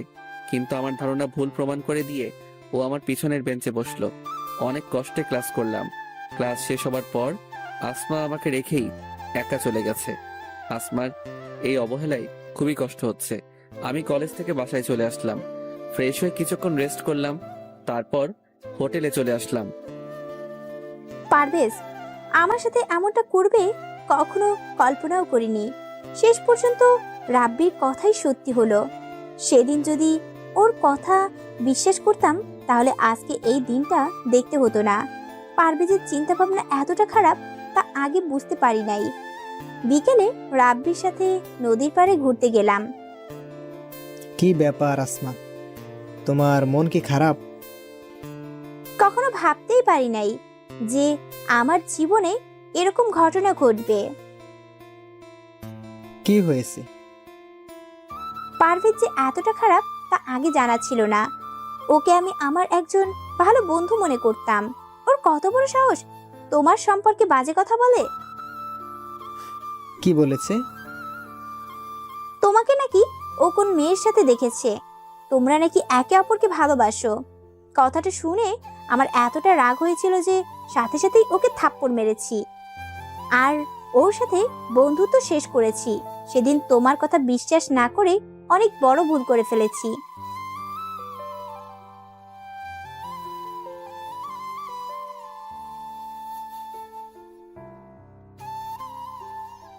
তোমাকে নাকি ও কোন মেয়ের সাথে দেখেছে, তোমরা নাকি একে অপরকে ভালোবাসো। কথাটা শুনে আমার এতটা রাগ হয়েছিল যে সাথে সাথেই ওকে থাপ্পড় মেরেছি আর ওর সাথে বন্ধুত্ব শেষ করেছি। সেদিন তোমার কথা বিশ্বাস না করে অনেক বড় ভুল করে ফেলেছি। যা হবার হয়েছে, এটা নিয়ে আর চিন্তা করো না। তুমি যা করেছো ভালোই করেছো। সেই দিন তো আমার কথা বিশ্বাস করলে না, আর এখন নিজেই তো দেখলে। আমার আগেই সন্দেহ হয়েছিল। ওকে দেখে আমার মোটেই ভালো ছেলে মনে হয়নি। ও তোমার টাকা দেখে তোমার সাথে বন্ধুত্ব করেছে, তারপর তোমাকে ভালোবাসার ফাঁদে ফেলে সব সম্পত্তি ওর নামে করতে চেয়েছিল। ঠিকই বলেছো, কিন্তু ওর আর সেই সুযোগ কখনোই পাবে না। আচ্ছা, এখন এসব কথা বাদ দাও, চলো আমরা সামনের দিকটায় যাই। ওরা ওদের মতো ঘুরতে থাকে। আমি হোটেলে এসে কাজ করতে লাগলাম। কাজ শেষ করে রাতে বাসায় আসলাম। বিছানায় শুয়ে শুয়ে ভাবছি আবার আমি একা হয়ে গেলাম। আসমাকে কি করে বোঝাবো যে রাব্বি ভালো ছেলে রয়? আমার নাম্বারও ব্ল্যাক লিস্টে রেখেছে। ও রাব্বির ভালোবাসায় অন্ধ হয়ে গেছে। একদিন আগেও কলেজে সবাই জানতো আমরা দুজন খুব ভালো বন্ধু, আর আজকে সে আসমাই আমাকে সবার সামনে থাপ্পড় মারলো। এতটা অন্ধভাবে কাউকে ভালোবাসা উচিত নয়। ও একবার পরীক্ষা করে দেখতে পারতো যে আমি সত্যি বলছি না মিথ্যা। কালকে কলেজে যাওয়ার পর আসমাকে আবার বোঝাতে হবে। ও আমাকে যতই অপমান করুক না কেন, ওর সামনে আমাকে সত্যিটা তুলে ধরতেই হবে। সকালে ঘুম থেকে উঠে ফ্রেশ হয়ে কিছুক্ষণ পড়লাম, তারপর কলেজে গেলাম। কলেজে গিয়ে দেখলাম আসমা ওর বান্ধবীদের সাথে কথা বলছে। আসমা, তোর সাথে আমার কথা আছে। তোকে বলেছি না তুই কখনো আমার সামনে আসবি না আর কখনো আমার সাথে কথা বলবি না, তারপরও বেহায়ের মতো কেন আবার আমার কাছে এসেছিস? দেখ আসমা, তুই আমাকে যা বলার বল, দয়া করে আমার কথাটা একবার বিশ্বাস কর। তুই ওর ভালোবাসায় অন্ধ হয়ে গেছিস, তাই এখন তোরা আমার কথা বিশ্বাস হচ্ছে না। তুই একবার চিন্তা করে দেখ, আমি সত্যি বলছি না মিথ্যা। অনেক হয়েছে, আর একবারও রাব্বির সম্পর্কে বাজে কথা বলবি না। তোর কপাল ভালো যে আমি তোর মতো একটা ছেলের সাথে বন্ধুত্ব করেছিলাম, কিন্তু তুই আমার সেই বন্ধুত্বের সুযোগ নিলি। তোর কি মনে হয় রাব্বির সম্পর্কে এইসব বললেই আমি রাব্বিকে ভুল বুঝবো, তারপর তোকে ভালোবাসবো? তোর কি মনে হয় আমি কিছু বুঝি না? তুই আমাকে ভালোবাসার ফাঁদে ফেলে আমার কাছ থেকে টাকা হাতিয়ে নিতে চাস? তোর সাথে বন্ধুত্ব করাই ছিল আমার জীবনের সব থেকে বড় ভুল, আর এখন তা বুঝতে পারছি। তুই আর কখনো আমার সামনে আসবি না। এই বলে আসমা চলে যেতে লাগলো। তখনই আমি আসমার হাত ধরে ওকে কিছু বলতে যাব, তার আগেই ছোট লোকের বাচ্চা, তোর সাহস কি করে হয় আমার হাত ধরার? তুই কোন সাহসে আমার হাত ধরলি? আরে তোর তো জন্মেরই ঠিক নেই। তুই ভাবলি কি করে আমি তোকে ভালোবাসবো? তোকে করুণা করে তোর সাথে বন্ধুত্ব করেছিলাম, কিন্তু তুই তার যোগ্য নস। তোর মতো এতিম ছেলেকে কেউ কোনোদিন ভালোবাসবে না। চোখের পানি মুছে বলতে লাগলাম, এটা ঠিক যে আমি তোকে ভালোবাসি, কিন্তু এটা ঠিক নয় যে আমি তোর টাকার লোভে তোকে ভালোবাসি। তুই ঠিকই বলেছিস, আমার হয়তো জন্মেরই ঠিক নাই, তাই তো আমি জানি না যে কে আমার বাবা। তোর সাথে পরিচয় হবার আগ পর্যন্ত আমার জীবনে কখনো সুখ আসেনি। তুই ঠিকই বলেছিস যে আমি একটা এতিম ছেলে। তোর সাথে পরিচয় হবার পর আমি ভুলেই গেছিলাম যে আমি একটা এতিম ছেলে। আজকে তুই মনে করিয়ে দিয়ে ভালোই করেছিস। আজকের পর থেকে এই এতিম ছেলেটা তোকে আর বিরক্ত করবে না। তবে একটা কথা মনে রাখ, একদিন ঠিকই তুই আমার কথা বুঝবি। হয়তো তখন আমি থাকবো না। তারপর সেখান থেকে চলে এসে একটা বেঞ্চের উপর বসে আছি আর চোখের পানি ফেলতেছি। হঠাৎ করে সাকিব আমার কাছে এসেই, তোর সাহস কি করে হয় আসমার হাত ধরার? এতদিন আসমার জন্য তোকে কিছু বলতে পারিনি। ভেবেই পাচ্ছি না যে তোর মতো ছেলের সাথে আসমা কি করে বন্ধুত্ব করলো। যাক, অবশেষে আসমা ওর ভুল বুঝতে পেরেছে। আজকে তোর এমন মার মারবো যে আর কোনোদিন আসমার পিছে পড়বি না। সাকিব তারপর আমাকে অনেক মারলো, কোনো কিছুই বলতে পারি নাই। মুখ বুঝে সব সহ্য করেছি। আমি তো আসমার কোনো ক্ষতি করিনি, শুধু ওর সাহায্য করতে চাইছিলাম, কিন্তু তার প্রতিদান ও এইভাবে দিবে তা আমি কোনো দিনও ভাবতে পারি নাই। কোনো মতে বাসায় চলে আসলাম। বাসায় এসে শুয়ে পড়লাম। হাতে কোনো টাকাও নেই যে ডাক্তার দেখাবো। মায়ের কারণে জ্বর চলে আসলো। চোখ দুটো বন্ধ হয়ে আসছে, আর কিছু মনে নেই। চোখ খুলে দেখি আমি একটা বিছানায় শুয়ে আছি। তারপর পাশে তাকিয়ে দেখলাম যে পাশের বাসার বড় ভাই আছে। আমি চোখ খুলছি দেখে বলতে লাগলো, তোর জ্ঞান ফিরেছে, আমি ডাক্তারকে নিয়ে আসি। তারপর বড় ভাইকে আমার সাথে ঘটে যাওয়া সব কিছু বললাম। আমি তোর বাসার পাশ দিয়ে যাওয়ার সময় দেখি তোর রুমের দরজা খোলা। এই সময়ে সাধারণত তোর রুমের দরজা খোলা থাকে না, তাই ভাবলাম হয়তো কোনো চোর হবে। তাই তোর রুমের কাছে গেলাম আর দেখলাম তুই বিছানার উপর শুয়ে আছিস। তোকে দেখে মনে হলো তুই অ্যাক্সিডেন্ট করেছিস। তারপর কাছে গিয়ে তোকে অনেক ডাকলাম, কিন্তু কোনো সাড়া শব্দ পেলাম না। তখন তোর গায়ে হাত দিলাম, তোর শরীর গরম ছিল অনেক। তারপর তোকে হাসপাতালে নিয়ে আসলাম, আর আজকে 2 দিন পর তোর জ্ঞান ফিরল। বড় ভাইয়ের কাছ থেকে এসব শোনার পর আমি আমার সাথে ঘটে যাওয়া ঘটনার কথা মনে করতে লাগলাম। মনে করতেই চোখ দিয়ে পানি গড়িয়ে পড়ল। তোর চোখে পানি কেন? কি হয়েছে আমাকে বল। তারপর বড় ভাইকে আমার সাথে ঘটে যাওয়া সব কিছু বললাম। এত কিছু হয়েছে তোর সাথে? মন খারাপ করিস না, দেখবি একদিন ঠিকই আসমা ওর ভুল বুঝতে পারবে, আর সেই দিন এসে ও তোর কাছে মাফ চাইবে। হয়তো সেই দিন আমি থাকবো না। দূর, যত সব বাজে কথা। এখন একটু ঘুমা, তোর শরীর খুবই দুর্বল। আমি একটু বাসা থেকে আসি। আচ্ছা ভাই। তারপর শুয়ে শুয়ে ভাবতে থাকলাম, মানুষ বড়ই অদ্ভুত। একসময় আসমা আমাকে বলেছিল আমি যেন আর কোনো দিন নিজেকে এতিম না বলি, কিন্তু সে আসমাই আমাকে এতিম বলে অপমান করলো। কখন যে ঘুমিয়ে পড়েছি নিজেও জানি না। কিছুক্ষণ পর ঘুম ভাঙলো। দেখলাম বড় ভাই আমার পাশে। যাকে আমার সবকিছু ভেবেছিলাম তার জন্যই আজকে আমার এই অবস্থা। অথচ আপনি আমার রক্তের কেউ নন, তারপরও আমার জন্য এত কিছু করেছেন। জানি না আপনার এই ঋণ আমি কিভাবে শোধ করব। অনেক বেশি কথা বলিস তুই। তোকে বলেছি ঋণ শোধ করতে, তুই না আমি তোর ঋণ কিভাবে শোধ করব জানি না। মানে? তুই ওই দিন যদি আমার বোনকে রক্ত না দিতি তাহলে হয়তো তাকে বাঁচানো যেত না। তাছাড়া তোর মতো ছেলে আমি খুব কমই দেখেছি। তোর জায়গায় যদি অন্য কোনো ছেলে থাকতো তাহলে হয়তো খারাপ পথে যেত, কিন্তু তুই ঠিক তার উল্টো। আমার বিশ্বাস একদিন তুই অনেক বড় হবি। 2 দিন হাসপাতালে থাকার পর আজকে রিলিজ দিল। এই 2 দিন বড় ভাই প্রায় সব সময়ই আমার পাশে ছিল। হাসপাতাল থেকে রিলিজ পেয়ে বাসায় চলে আসলাম। এখন অনেকটাই সুস্থ। বাসায় আসার পর রেস্ট নিয়ে হোটেলে গেলাম। অনেক দিন হোটেলে যাই না, জানি না ম্যানেজার কি বলবে। হোটেলে যাওয়ার পর আমাকে দেখেই ম্যানেজার বলল, তুমি এখানে কেন? স্যার আমি খুবই দুঃখিত এতদিন না আসার জন্য। আসলে আর কিছু বলতে হবে না। আমি কি তোমার কাছে কিছু জানতে চেয়েছি? এতদিন আসো নাই ভালো কথা, আর আসতেও হবে না। এই নাও তোমার পাওনা টাকা, আর এখান থেকে বিদায় হও। স্যার দয়া করে আমার সাথে এমনটা করবেন না। এই চাকরিটা আমার খুব প্রয়োজন। দয়া করে আমাকে চাকরি থেকে বহিষ্কার করবেন না। আপনি আমার কথাটা একবার শুনুন, তারপর যা সিদ্ধান্ত নেবেন। তোমার কোনো কথা আমি শুনতে চাই না। তুমি যদি আর এক মুহূর্তেও এখানে দাঁড়াও, তাহলে আমি দারোয়ান ডাকতে বাধ্য হব। না স্যার, তার আর দরকার হবে না, আমি চলে যাচ্ছি। তারপর সেখান থেকে চলে আসলাম। রাস্তা দিয়ে হাঁটছি আর ভাবছি, অবহেলিত জীবনটা এত কম সময়ে ইতি ঘটাবে তা ভাবতে পারিনি। জীবন সংগ্রামে বাঁচতে অনেক যুদ্ধ করেছি। আমি যত উপরে উঠছি, মানুষ আমাকে তত নিচের দিকে টেনে নিচ্ছে। জীবনে কখনো কারো ভালোবাসা পাইনি।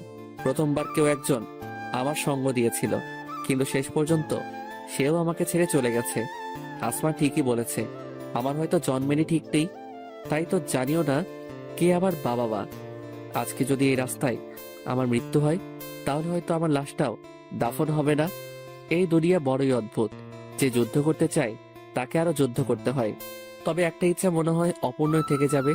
যদি আমার পরিচয়টা একবার জানতে পারতাম, তাহলে আর কোনো কষ্ট থাকতো না। তাহলে কেউ আর বলতে পারতো না যে আমার জন্মের ঠিক নেই। শেষবারের মতো এই পৃথিবীটাকে দেখে নিচ্ছে। আত্মহত্যা করতে যাব, তখনই শুনতে পেলাম, এই আপনাকে বলেছি না আর বিরক্ত করবেন না। বারবার এসে একই কথা কেন জিজ্ঞেস করেন? বারবার জিজ্ঞেস করলে কি জামাটার দাম কমে যাবে? যেটা কিনতে পারবেন না সেটা নিয়ে পড়ে আছেন কেন? কোথা থেকে যে আসে এইসব রাস্তার মহিলা? আমি পাশে দোকানের দিকে তাকিয়ে দেখলাম দোকানদার একটা মহিলাকে এই কথাগুলো বলছে। আমি দোকানদারকে গিয়ে জিজ্ঞেস করলাম, কি হয়েছে?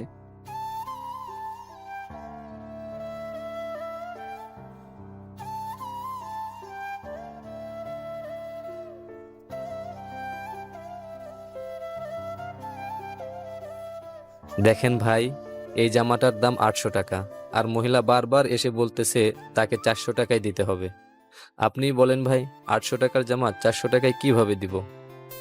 তারপর আমি সেই মহিলাকে জিজ্ঞেস করলাম, আপনি এই জামাটা দিয়ে কি করবেন? বাবা, এই জামাটা আমার মেয়ের জন্য কিনতে চেয়েছিলাম।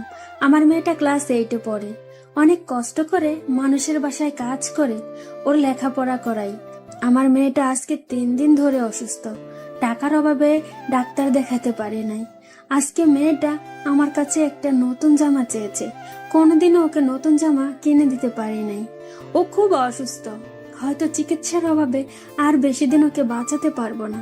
তাই ওর এই ইচ্ছাটা পূরণ করতে চেয়েছিলাম, আর সকাল থেকে ভিক্ষা করে এই 400 টাকা পেয়েছি।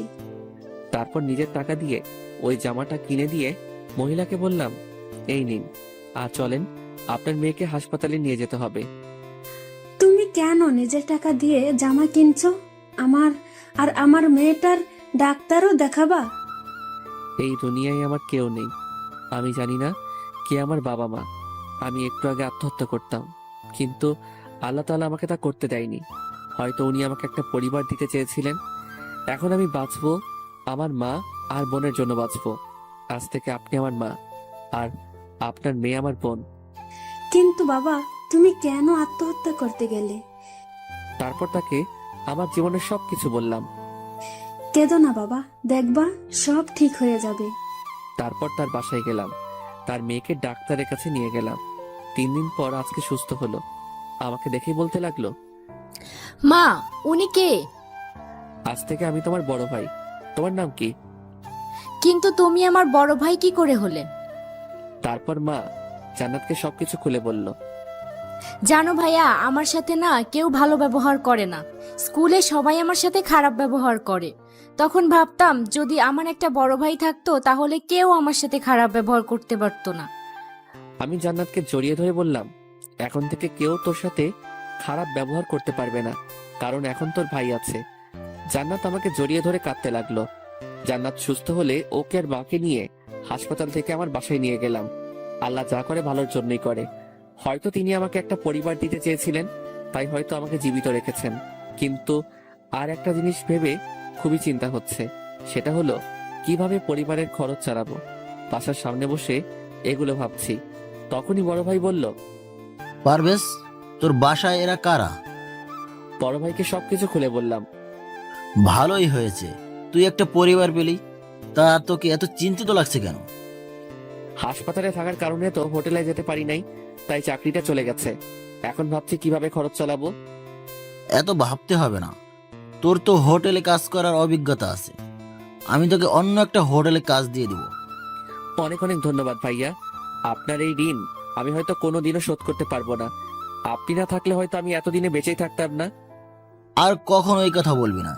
আর সন্ধ্যার সময় তৈরি থাকিস, তোকে নিয়ে সেই কাজের জন্য যাব। আচ্ছা ভাই। তারপর বাসায় গিয়ে ফ্রেশ হয়ে কিছু খেয়ে জান্নাতকে নিয়ে বাসার কাছে একটা স্কুলে গেলাম। ওকে সেখানে ভর্তি করিয়ে দিলাম। দুপুরে বাসায় এসে ফ্রেশ হয়ে সবাই মিলে খেতে বসলাম। খাওয়া দাওয়ার পর একটু ঘুমালাম। সন্ধ্যায় বড় ভাইয়ের সাথে তার পরিচিত একটা হোটেলে গেলাম। বড় ভাই হোটেল ম্যানেজারের সাথে কথা বলছে। কিছুক্ষণ পর আমাকে ডাকলো। আমাকে জিজ্ঞেস করলো যে আমি কোন সময় থেকে কাজ করতে পারবো। আগের হোটেলে যে সময় করতাম ওই সময়ের কথা বললাম। তারা কালকে থেকে কাজে যোগ দিতে বলল। তারপর সেখান থেকে বাসায় চলে আসলাম। রাতে শুয়ে শুয়ে ভাবছি সবকিছু যে এত সহজে হয়ে যাবে তা ভাবতে পারি নাই। বড় ভাই আমার জন্য যা করেছে হয়তো আপনজনরাও তা করতো না। উনি খুবই ভালো একজন মানুষ। এতদিন ভাবতাম এই দুনিয়ায় আমি একা, কিন্তু এখন আমি খুবই খুশি, কারণ আমার মা আছে, জান্নাতের মতো একটা বোন আছে। এখন থেকে আর নিজেকে কখনো একা মনে হবে না। শুধু একটা জিনিসই অপূর্ণ থেকে গেল, সেটা হলো আসমা। আমি তো ওর ভালো চেয়েছিলাম, কিন্তু ও আমাকে ভুল বুঝলো, আমাকে অনেক অপমান করলো। যেদিন রাব্বি সত্যিটাও জানতে পারবে সেদিন হয়তো ওর আমাকে মনে পড়বে। হয়তো ওর সাথে বন্ধুত্ব করাই আমার উচিত হয়নি। যদি ওর সাথে বন্ধুত্ব না করতাম তাহলে হয়তো ওর মায়ায় পড়তাম না, আর এখন কষ্ট পেতাম না। আমার ভালোবাসাটা শুধুই একতরফা, কারণ এই ভালোবাসা হয়তো কখনো পূর্ণতা পাবে না। এসব ভাবতে ভাবতে ঘুমিয়ে পড়লাম। সকালে ঘুম থেকে উঠে ফ্রেশ হয়ে কিছু খেয়ে জান্নাতকে নিয়ে স্কুলে গেলাম। ওকে স্কুলে রেখে আমি কলেজে গেলাম। অনেকদিন পর কলেজে যাচ্ছি। কলেজে যাওয়ার পর একটা বেঞ্চের উপরে একা একা বসে আছি, কারণ এখনো ক্লাসের সময় হয়নি। আগে হলে আমার সাথে আসমা বসে থাকতো, কিন্তু এখন আর তা সম্ভব নয়। দূর থেকে দেখলাম আসমা ওর বন্ধুদের সাথে কথা বলছে। আসমা আমাকে দেখেনি, কারণ আমি এমন ভাবে আছি যাতে আসমার চোখ আমার উপরে না পড়ে। ও আমাকে বলেছিল আমার মুখ যাতে ওর দেখতে না হয়, তাই যতটা সম্ভব ওর থেকে দূরে থাকতে হবে। একটু আগে ভুলবশত ওর দিকে চোখ পড়েছে, না আর কখনো বেহায়ের মতো ওর দিকে তাকানো যাবে না। এসব ভাবছি তখন তুই লুকিয়ে লুকিয়ে আসমাকে কেন দেখছিস? পিছনে তাকিয়ে দেখলাম সাকিব আমাকে বলছে। আমি ইচ্ছে করে তাকাইনি। তো বড় সাহস, কলেজে ক্যাম্পাসে হাতে সিগারেট নিয়ে ঘুরে। মিম, তুই এইসব ফালতু ছেলের কথা বাদ দে তো। ওর মতো ছেলেরা এছাড়া আর কি বা করতে পারে? তা ঠিক বলেছিস, ওকে দেখে অনেক ভদ্র ছেলে মনে হইলেও ও একটা ফালতু ছেলে। তুই এরকম একটা ছেলের সাথে কি করে যে এতদিন বন্ধুত্ব করলি, আমি তাই ভেবেই পাচ্ছি না। আগে কি করেছি তা নিয়ে ভাবলে চলবে না, সামনে কি করব তা নিয়ে ভাবতে হবে। তুই ওর কথা বাদ দে তো, অন্য কিছু বল। আচ্ছা বাদ দিলাম, এখন বল রাপি ভাইয়ের সাথে তোর রিলেশন কেমন চলছে? ভালোই চলছে। সে হলো মহাব্যস্ত মানুষ, তাই আজকাল আমাকে তেমন সময় দিতে পারে না। দেখিস পাখি যেন আবার খাঁচা ছেড়ে চলে না যায়। ধুর, কি যে বলিস না তুই। আরে মজা করলাম, রাব্বি ভাইয়া আর যাই হোক পারভেজের মতো না। কোথায় ওই ফালতু ছেলেটা আর কোথায় রাব্বি? কার সাথে যে তুই কার তুলনা করিস? আচ্ছা বাদ দে, চল এখন ক্লাসে যাই। চল। আসমা আর ওর বান্ধবীরা ক্লাসে চলে গেল। আমিও ক্লাসে এসে সবার পিছনের বেঞ্চে বসে পড়লাম। আমার সাথে যখন বন্ধুত্ব ছিল তখন ওর সাথেই সামনের বেঞ্চে বসতাম। তখন কেউই আমার সাথে খারাপ ব্যবহার করতো না। আর এখন আসমার সাথে বন্ধুত্বও নাই, আর সবার ভালো ব্যবহারও শেষ। সামনের বেঞ্চে আমার জায়গা হয় না, তাই পিছনের বেঞ্চে বসতে হয়। ক্লাস শেষ করে জান্নাতকে ওর স্কুল থেকে নিয়ে বাসায় চলে গেলাম। ফ্রেশ হয়ে কিছু খেয়ে রেস্ট নিলাম, তারপর হোটেলে গেলাম। নতুন হোটেলের ম্যানেজার অনেক ভালো, তিনি আমাকে অনেক ভালো জানেন। আর এখানে কাজ করেও অনেক আনন্দ পাচ্ছি, যা আগের হোটেলে পেতাম না। আসমা রাব্বিকে ফোন দিল, কিন্তু ফোন ব্যস্ত। তোর কিছুই ভালো লাগছে না। এই রাব্বিটা না, মনে হয় সারা দিনই ব্যস্ত থাকে। এখন একবার ফোন দিয়ে দেখি। কেমন আছো বাবু? ভালো না। কেন, কি হয়েছে? তুমি আগের মতন আর আমার সাথে কথা বলো না, আমাকে সময় দাও না। সরি বাবু, আসলে ইদানিং খুব ব্যস্ত থাকি তো তাই। এখন থেকে আবার তোমাকে আগের মতো সময় দেব। রাগ করো না বাবু, প্লিজ। আচ্ছা, মনে থাকে জানো। কালকে সকালে নদীর পাড়ে ঘুরতে যাব আমরা, ঠিক আছে? আচ্ছা ঠিক আছে। এখন ঘুমাও বাবু, গুড নাইট।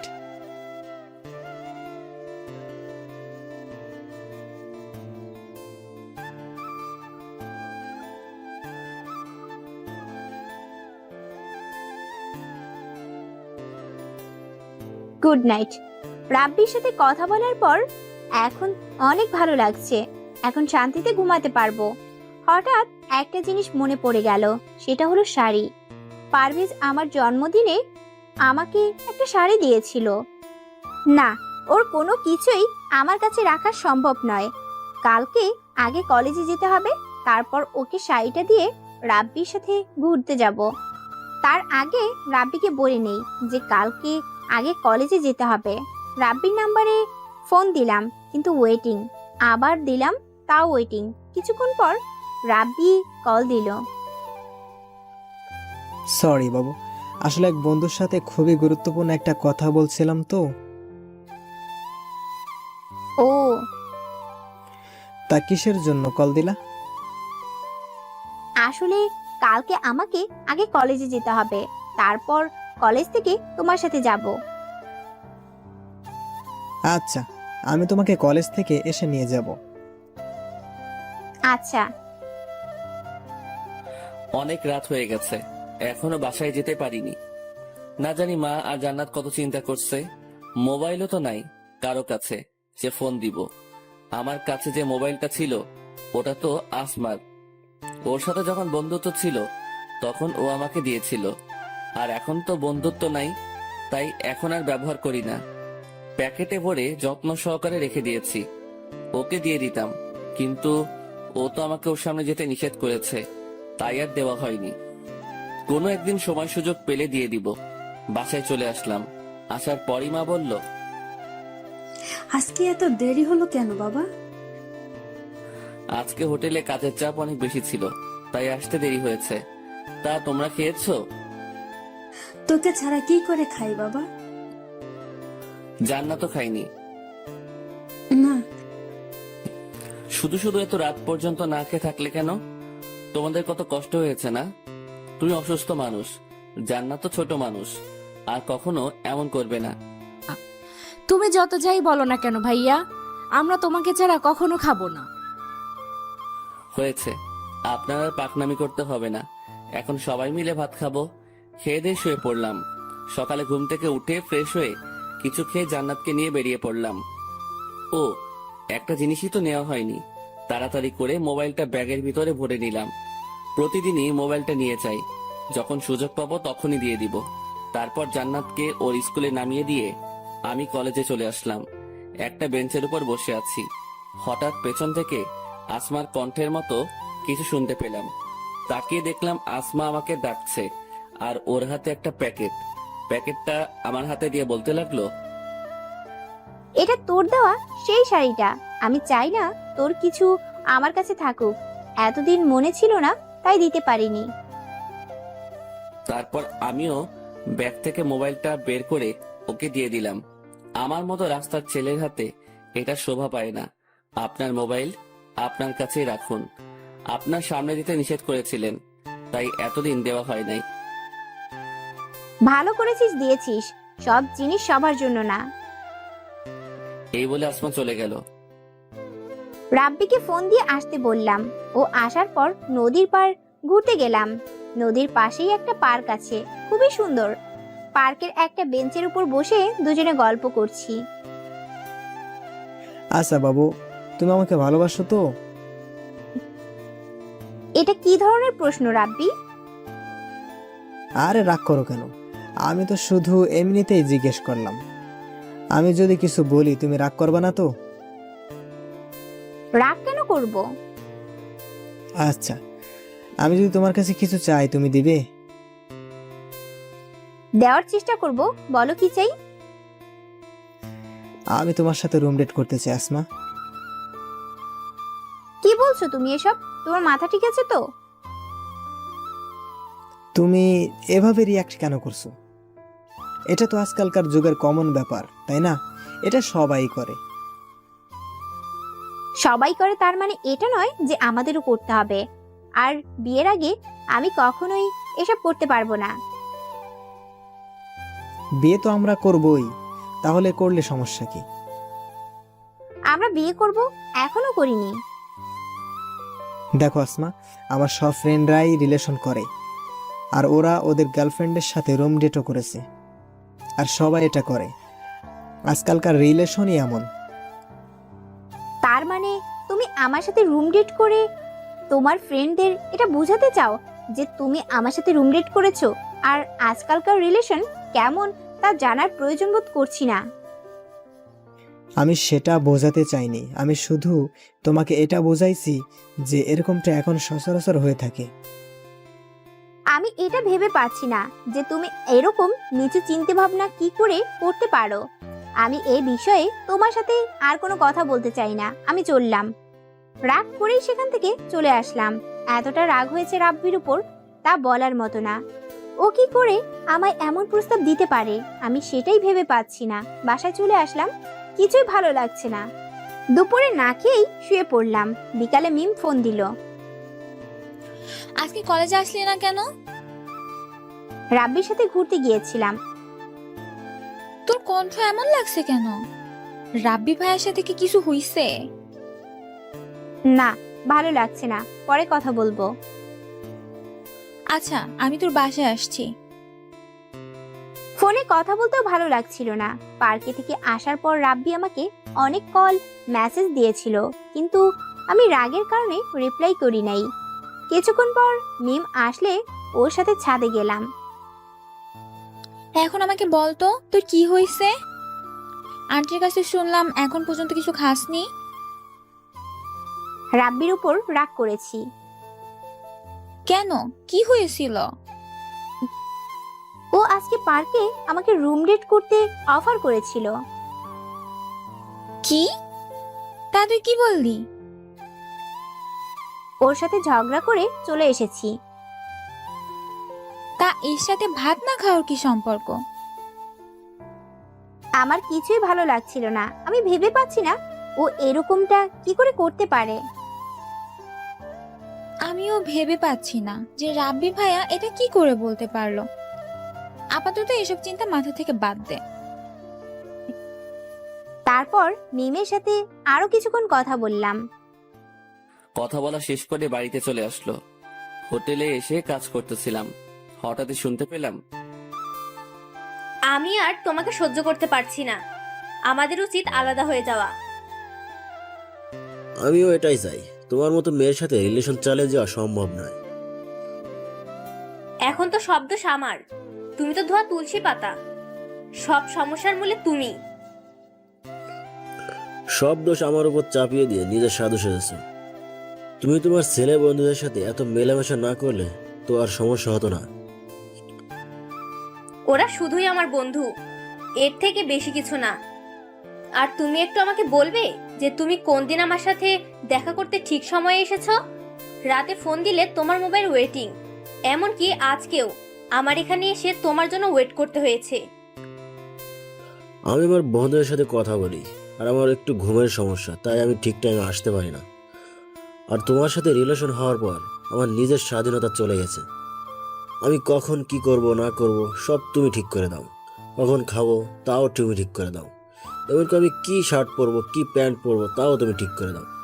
নিজের কাছে মনে হয় যেন আমি ছোট বাচ্চা। আমি তোমাকে ভালোবাসি বিধায় এটা করি, আর তোমার সাথে রিলেশন চালিয়ে যাওয়া আমার পক্ষেও অসম্ভব। তাই আমাদের উচিত হবে আলাদা হয়ে যাওয়া। আমিও তাই চাই। এতক্ষণ দাঁড়িয়ে দাঁড়িয়ে তাদের সব কথা শুনলাম। ভাইয়া যদি কিছু মনে না করেন, আমি কি আপনাদের মাঝে কিছু বলতে পারি? বলুন। আচ্ছা, আপনারা দুজন কি একে অপরকে ভালোবাসতেন? অবশ্যই বাসতাম। আমার মনে হয় আপনাদের কারো মধ্যেই প্রকৃত ভালোবাসা ছিল না। আপনার এরকম কেন মনে হলো? দেখুন, ভালোবাসার মানে পাওয়া না, ভালোবাসার মানে হলো একে অপরকে স্যাক্রিফাইস করা। কিন্তু আপনারা দুজনে কেবল নিজেদের দিকটাই ভেবেছেন। আপনি ভেবেছেন আপনার বয়ফ্রেন্ড আপনার কথা মতো চলুক, আর আপনি ভেবেছেন আপনার গার্লফ্রেন্ড আপনার সব কথা মেনে চলুক। কিন্তু কখনো কি দুজনে একে অপরের ইচ্ছা অনিচ্ছা জানতে চেয়েছেন? একজন আরেকজনকে বুঝতে চেষ্টা করেছেন? তা আপনারা করেননি। আশা করি আপনারা বুঝতে পেরেছেন একজন আরেকজনকে কতটা স্যাক্রিফাইস করলেন, তার মাধ্যমে ভালোবাসা ফুটে ওঠে। সত্যি ভাইয়া, আপনি আমাদের চোখ খুলে দিলেন।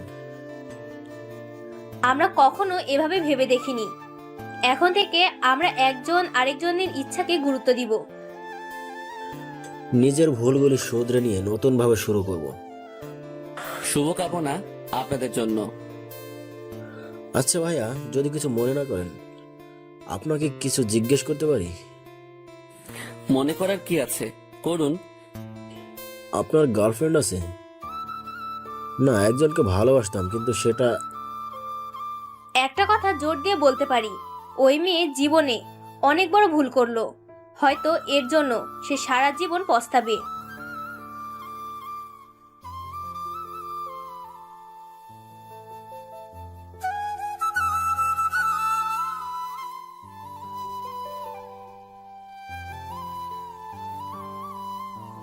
না, একজনকে ভালোবাসতাম কিন্তু সেটা। একটা কথা জোর দিয়ে বলতে পারি, ওই মেয়ে জীবনে অনেক বড় ভুল করলো। হয়তো এর জন্য সে সারা জীবন। রেস্টুরেন্টের মেয়েটার কথা মনে পড়ে গেল। মেয়েটা আসমাকে নিয়ে যা বলেছিল, হয়তো তা কখনো সত্যি হবে না। কারণ আসমা আমাকে কোনো দিনও ভালোবাসবে না। ও রাব্বিকে অনেক ভালোবাসে। জানি না রাব্বি ওকে ভালোবাসে কিনা, কিন্তু আমি চাই আসমা সুখে থাকুক। ওকে ভুলে যেতে চাই। কারণ ওর সাথে যখন আমার পরিচয় হয়েছিল তখন আমার কেউ ছিল না, কিন্তু এখন আমার একটা পরিবার হয়েছে। আমাকে তাদের দেখাশোনা করতে হবে। শুধু শুধু ওর কথা ভেবে বসে থাকলে চলবে না। এসব ভাবতে ভাবতেই ঘুমিয়ে পড়লাম। আর ওইদিকে আসমা রাব্বির কথা ভাবতে ভাবতে ঘুমিয়ে গেলাম। ঘুম থেকে উঠে ফ্রেশ হয়ে কিছু খেলাম, তারপর রাব্বিকে ফোন দিয়ে বেরিয়ে পড়লাম। পার্কে গিয়ে রাব্বির জন্য অপেক্ষা করতেছি। কিছুক্ষণ পর রাব্বি চলে আসলো। দুঃখিত, আমার একটু দেরি হয়ে গেল। আরে কোনো সমস্যা নেই, চলো দুজনে হাঁটি। আমি তোমার সাথে জরুরি কিছু কথা বলতে এখানে এসেছি। আচ্ছা বলো। আমি তোমাকে ভালোবাসি না আসমা। কি বলছো এসব? তোমার মাথা ঠিক আছে তো? আমি যা বলছি ভেবেই বলছি। আসলে তোমার সাথে রিলেশনের যাওয়ার আগে আমার আরও একটা রিলেশন ছিল, ওর নাম লাবণী। আমাদের পরিবারেরাও মেনে নিয়েছিল, তারা আমাদের বিয়েও ঠিক করেছিল। কিন্তু হঠাৎই একটা ভুল বোঝাবুঝির কারণে আমাদের সম্পর্কটা ভেঙে যায়। তারপর আমি খুবই ডিপ্রেশনে ভুগি। আমার কিছুই ভালো লাগতো না তখন, আমার অবস্থা খুবই খারাপ হচ্ছিল। তারপর হঠাৎ একদিন আমি তোমাকে দেখি, তুমি তোমার বান্ধবীদের সাথে হেসে হেসে কথা বলছিলে। কেন জানি না, আমার খুবই ভালো লেগেছিল তোমার হাসিটা। তুমি যতক্ষণ কথা বলছিলে ততক্ষণ আমি তোমার দিকে তাকিয়েছিলাম। এমনিতে লাবণীর সাথে ব্রেকআপ হবার পর আমি ভীষণ হতাশ হয়ে পড়েছিলাম। তারপর তোমাকে প্রপোজ করি, আর তুমিও রাজি হয়ে গেলে। কিন্তু আমি তোমাকে মন থেকে মেনে নিতে পারছিলাম না, কারণ আমি লাবণীকে অনেক ভালোবেসে ফেলেছিলাম। প্রথম প্রথম তোমাকে অনেক ভালো লাগতো, তাই তো তোমাকে পারভেজের সাথে মিশতে বারণ করেছিলাম। কিন্তু হঠাৎ একদিন লাবণী আমাকে ফোন করে, ও আমাকে সরি বলে। আর আবার আমার জীবনে ফিরে আসতে চাইলো। আসলে ওর সাথে ব্রেকআপ হবার জন্য শুধু ও দায়ী ছিল না, আমিও সমানভাবে দোষী ছিলাম। তাই ওকে মেনে নিয়েছিলাম। আর আমাদের দুই পরিবারও আমাদের এক হওয়াতে অনেক খুশি, কারণ তারা চাইতো আমরা যাতে একসাথে থাকি। ওর বাবা আর আমার বাবা বন্ধু ছিলেন, তাই তারা চাইতো আমরা যাতে একে অপরের সাথে থাকি। আর ওই দিন রেস্টুরেন্টে আমি লাবণীর সাথেই কথা বলছিলাম। পারভেজ তোমাকে যা বলেছে তা সবই সত্যি, কিন্তু তুমি পারভেজের সাথে যা করেছিলে তা যখন আমার কাছে এসে বললে, তখন আমি অনেক অবাক হয়েছিলাম, এটা ভেবে যে তুমি আমাকে এতটা বিশ্বাস করো। আমি খুবই চিন্তায় পড়ে গেলাম। লাবণীকেও তোমার কথা বলি নাই, ও জানতে পারলে হয়তো আবার আমাকে ছেড়ে চলে যাবে। আর তুমিও আমাকে অনেক ভালোবাসো। ভেবে পাচ্ছিলাম না কিভাবে তোমার সাথে ব্রেকআপ করব। তাই এই রুম ডেটের প্ল্যানটা করি। কিন্তু পরে বুঝতে পারলাম এসব বাদ দিয়ে তোমাকেই সরাসরি বলি। আর আমাকে পারলে মাফ করে দিও। হয়তো আজকের পর তোমার সাথে আর কোনো কথা হবে না। কি পেয়েছো আমাকে? খেলার পুতুল? যখন যা মন চাইবে তখন তাই করবে। আমার লাইফের ফার্স্ট ক্রাশ ছিলে তুমি। তুমি আমাকে প্রপোজ করার আগে থেকে আমি তোমাকে দেখেছি, তাই তো তোমার প্রপোজে রাজি হয়ে গেলাম। অনেক বিশ্বাস করতাম তোমাকে, আর তুমি আমাকে এভাবে ধোঁকা দিলে। আমাকে আরো আগে বলতে পারতে। তা না করে দিনের পর দিন আমাকে ধোঁকা দিয়ে গেছো। যখন পারভেজের সাথে এত কিছু করলাম তখনও তো বলতে পারতে, কিন্তু তুমি বলনি। আমি খুবই দুঃখিত। তোর কোনো অধিকার নেই আমার হাত ধরার। তাই এতই যখন লাবণীকে ভালোবাসতি, তাহলে আমার সাথে প্রেম কেন করেছিলি? তোদের মতো ছেলেরা প্রেমটাকে খুবই সস্তা জিনিস ভাবিস। এটা ভেবেই খুব কষ্ট হচ্ছে যে আমি একটা ধোঁকাবাজের উপর ক্রাশ খেয়েছিলাম। চলে আসছিলাম পার্ক থেকে, খুবই কষ্ট লাগছে ওই ধোঁকাবাজটার জন্য না, পারভেজের জন্য। কোনোভাবে বাসায় চলে আসলাম। বাসায় এসেই দরজা বন্ধ করে শুয়ে শুয়ে কাঁদতে লাগলাম। পারভেজের সাথে করা অন্যায়গুলো মনে হতে লাগলো। আমি ওকে বলেছিলাম জীবন আর কখনো নিজেকে এতিম না বলতে, আর সেই আমিই ওকে এতিম ছোট লোক বলে অপমান করেছিলাম। আমি খুবই খারাপ মেয়ে, তাই তো ওর বাবা মা সম্পর্কে বাজে কথা বলেছিলাম। ও হয়তো আমাকে কোনোদিনও মাফ করবে না। নিজেকে খুবই নিকৃষ্ট মনে হচ্ছে। কাঁদতে কাঁদতে শুয়ে পড়লাম। যখন ঘুম ভাঙলো দেখলাম বাবা মা আমার পাশে বসে আছে। আমায় ঘুম ভাঙতেই তারা বলল, তোর কি হয়েছে মা? এভাবে দরজা বন্ধ করে ঘুমিয়ে পড়লি কেন? জানিস, আমরা কত ভয় পেয়ে গিয়েছিলাম। তারপর দরজা ভেঙে ভিতরে ঢুকে দেখি তুই ঘুমাচ্ছিস। শরীর অনেক ক্লান্ত লাগছিল, তাই ঘুমিয়ে পড়েছিলাম। দরজা ভুলে বন্ধ করেছিলাম। তা এখন কেমন লাগছে? ভালো। আচ্ছা, ফ্রেশ হয়ে খেতে আয়। হোটেলে কাজে যাওয়ার সময় বাসা থেকে শাড়ির প্যাকেটটা নিয়ে নিলাম, যেটা আমি আসমাকে দিয়েছিলাম। শাড়িটা কোনো গরিব মহিলাকে দিয়ে দিব। এটা আমার কাছে থাকলে আমি আসমাকে কখনো ভুলতে পারবো না, আর আমি আমার লক্ষ্যেও পৌঁছাতে পারবো না। বাসায় আসলেই ওর কথা মনে পড়ে। ঠিকভাবে পড়ালেখাও করতে পারি না, হয়তো আসমাকে কখনো ভুলতে পারবো না। কিন্তু এই শাড়িটা আমার কাছে না থাকলে হয়তো ওকে কম মনে পড়বে। আর ওই কলেজও পরিবর্তন করতে হবে। ওই কলেজে পড়লে আসমার সাথে প্রতিদিন দেখা হবে, তাহলে ওকে ভুলে থাকা অসম্ভব হয়ে যাবে। কালকে কলেজে গিয়ে প্রিন্সিপালের কাছে বলতে হবে। শাড়িটা এক মহিলাকে দিয়ে দিলাম। তারপর আমি হোটেলে গেলাম। রাতে বাসায় এসে খেয়ে পড়তে বসলাম। পড়া শেষে ঘুমিয়ে পড়লাম। সকালে ঘুম থেকে উঠে ফ্রেশ হয়ে কিছুক্ষণ পড়তে বসলাম। তারপর কিছু খেয়ে জান্নাতকে নিয়ে বেরিয়ে পড়লাম। ওকে ওর স্কুলে দিয়ে আমি কলেজে চলে আসলাম। ক্লাসের অনেক আগে চলে আসলাম প্রিন্সিপালের সাথে কথা বলবো বলে। তাকে অনেক করে বললাম। তিনি বললেন কলেজ পরিবর্তন করতে 10,000 টাকা লাগবে। ক্যাম্পাসে একটা বেঞ্চের উপর বসে ভাবতে আসি এত টাকা কিভাবে জোগাড় করব। কিন্তু আমাকে আমার লক্ষ্যে পৌঁছাতে হলে এই টাকা আমাকে জোগাড় করতেই হবে, নয়তো এখানে থাকলে আমি আমার পড়ালেখায় মনোযোগ দিতে পারবো না। এসব ভাবতেছিলাম, তখনই বড় ভাইয়ের কথা মনে পড়ে গেল। হয়তো তিনি আমাকে এই বিপদে সাহায্য করতে পারবেন। তারপর বড় ভাইয়ের কাছে চলে আসলাম। তাকে সবকিছু বললাম। তার কাছ থেকে টাকা নিয়ে আবার কলেজে চলে আসলাম। প্রিন্সিপালের কাছে টাকা দিয়ে কলেজ পরিবর্তন করলাম। কলেজ ক্যাম্পাসে বসে আছি। আজকে কেন জানি ক্লাস করতে মন চাচ্ছে না। শেষবারের মতো কলেজটাকে দেখে নিলাম, হয়তো আর কখনো দেখা হবে না। হঠাৎই আসমার কণ্ঠের মতো কেউ আমার নাম ধরে পিছন থেকে ডাক দিল। পিছনে তাকিয়ে দেখলাম আসমা। আসমাকে দেখা মাত্রই আমার চোখ নিচের দিকে নামিয়ে দিলাম। ও আমাকে নরম কণ্ঠে বলতে লাগলো, আমি যা করেছি তা ক্ষমার অযোগ্য। তোকে অনেক কষ্ট দিয়েছি, দয়া করে আমাকে মাফ করে দে। আরে কি করছেন আপনি? আমার কাছে কেন মাপ চাইবেন? দেখেন, আপনার সাথে যা হয়েছে তার সবই আমি ভুলে গেছি, আর আমি চাইবো আপনিও ভুলে যান। তার মানে তুই মাফ করবি না? এটা বলেই ব্যাগ থেকে একটা চাকু বের করে, হয় তুই আমাকে মাফ করবি, না হয় আমি নিজেই নিজের ক্ষতি করব। বললাম তো আমি আপনাকে মাফ করে দিয়েছি, আপনি চাকু ফেলে দিন। তুই এখন আমাকে মাফ করিসনি, করলে আমাকে আপনি বলতে পারতি না। আচ্ছা, আমি তোকে মাফ করে দিয়েছি।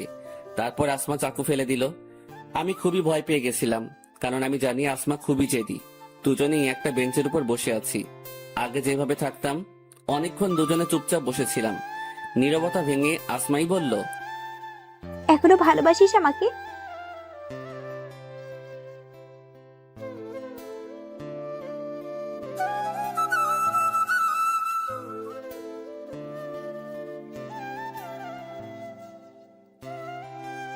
আচ্ছা, আমি তোকে মাফ করে দিয়েছি। তারপর আসমা চাকু ফেলে দিল। আমি খুবই ভয় পেয়ে গেছিলাম, কারণ আমি জানি আসমা খুবই জেদি। দুজনেই একটা বেঞ্চের উপর বসে আছি। আগে যেভাবে থাকতাম, অনেকক্ষণ দুজনে চুপচাপ বসেছিলাম। নীরবতা ভেঙে আসমাই বলল, এখনো ভালোবাসিস আমাকে? না। কেন? আগে তো বাসতি। তখন অনুভূতিগুলো জীবিত ছিল, এখন মরে গেছে। আবার জাগিয়ে তুলবি? তা সম্ভব নয়। কেন? আগে এই পৃথিবীতে আমার কেউ ছিল না, এখন আমার এক মা আর বোন আছে। তারাই এখন আমার সব। আগে আমার জীবনের কোনো লক্ষ্য ছিল না, কিন্তু এখন আছে। আর তার জন্য তোকে ভুলে থাকাটা খুবই জরুরি। আমি খুবই খারাপ একটা মেয়ে, তাই তো তোর সাথে ওরকমটা করতে পেরেছি। তুই পারবি আমাকে ভুলে থাকতে? তুই না আমাকে অনেক ভালোবাসিস? পারতে হবে, আর তার জন্যই আমি কলেজ পরিবর্তন করব। এখানে থাকলে হয়তো তোকে ভুলে থাকা সম্ভব না। তুই কলেজ কেন পরিবর্তন করবি? তোকে আমার ভালোবাসতে হবে না। তারপরও তুই প্লিজ আমাকে ছেড়ে যাস না। তুই চলে গেলে আমি কিন্তু নিজের ক্ষতি করব। তুই ভালো করে জানিস আমি চাই না তোর কোনো ক্ষতি হোক, তাই হয়তো তুই এভাবে বলছিস।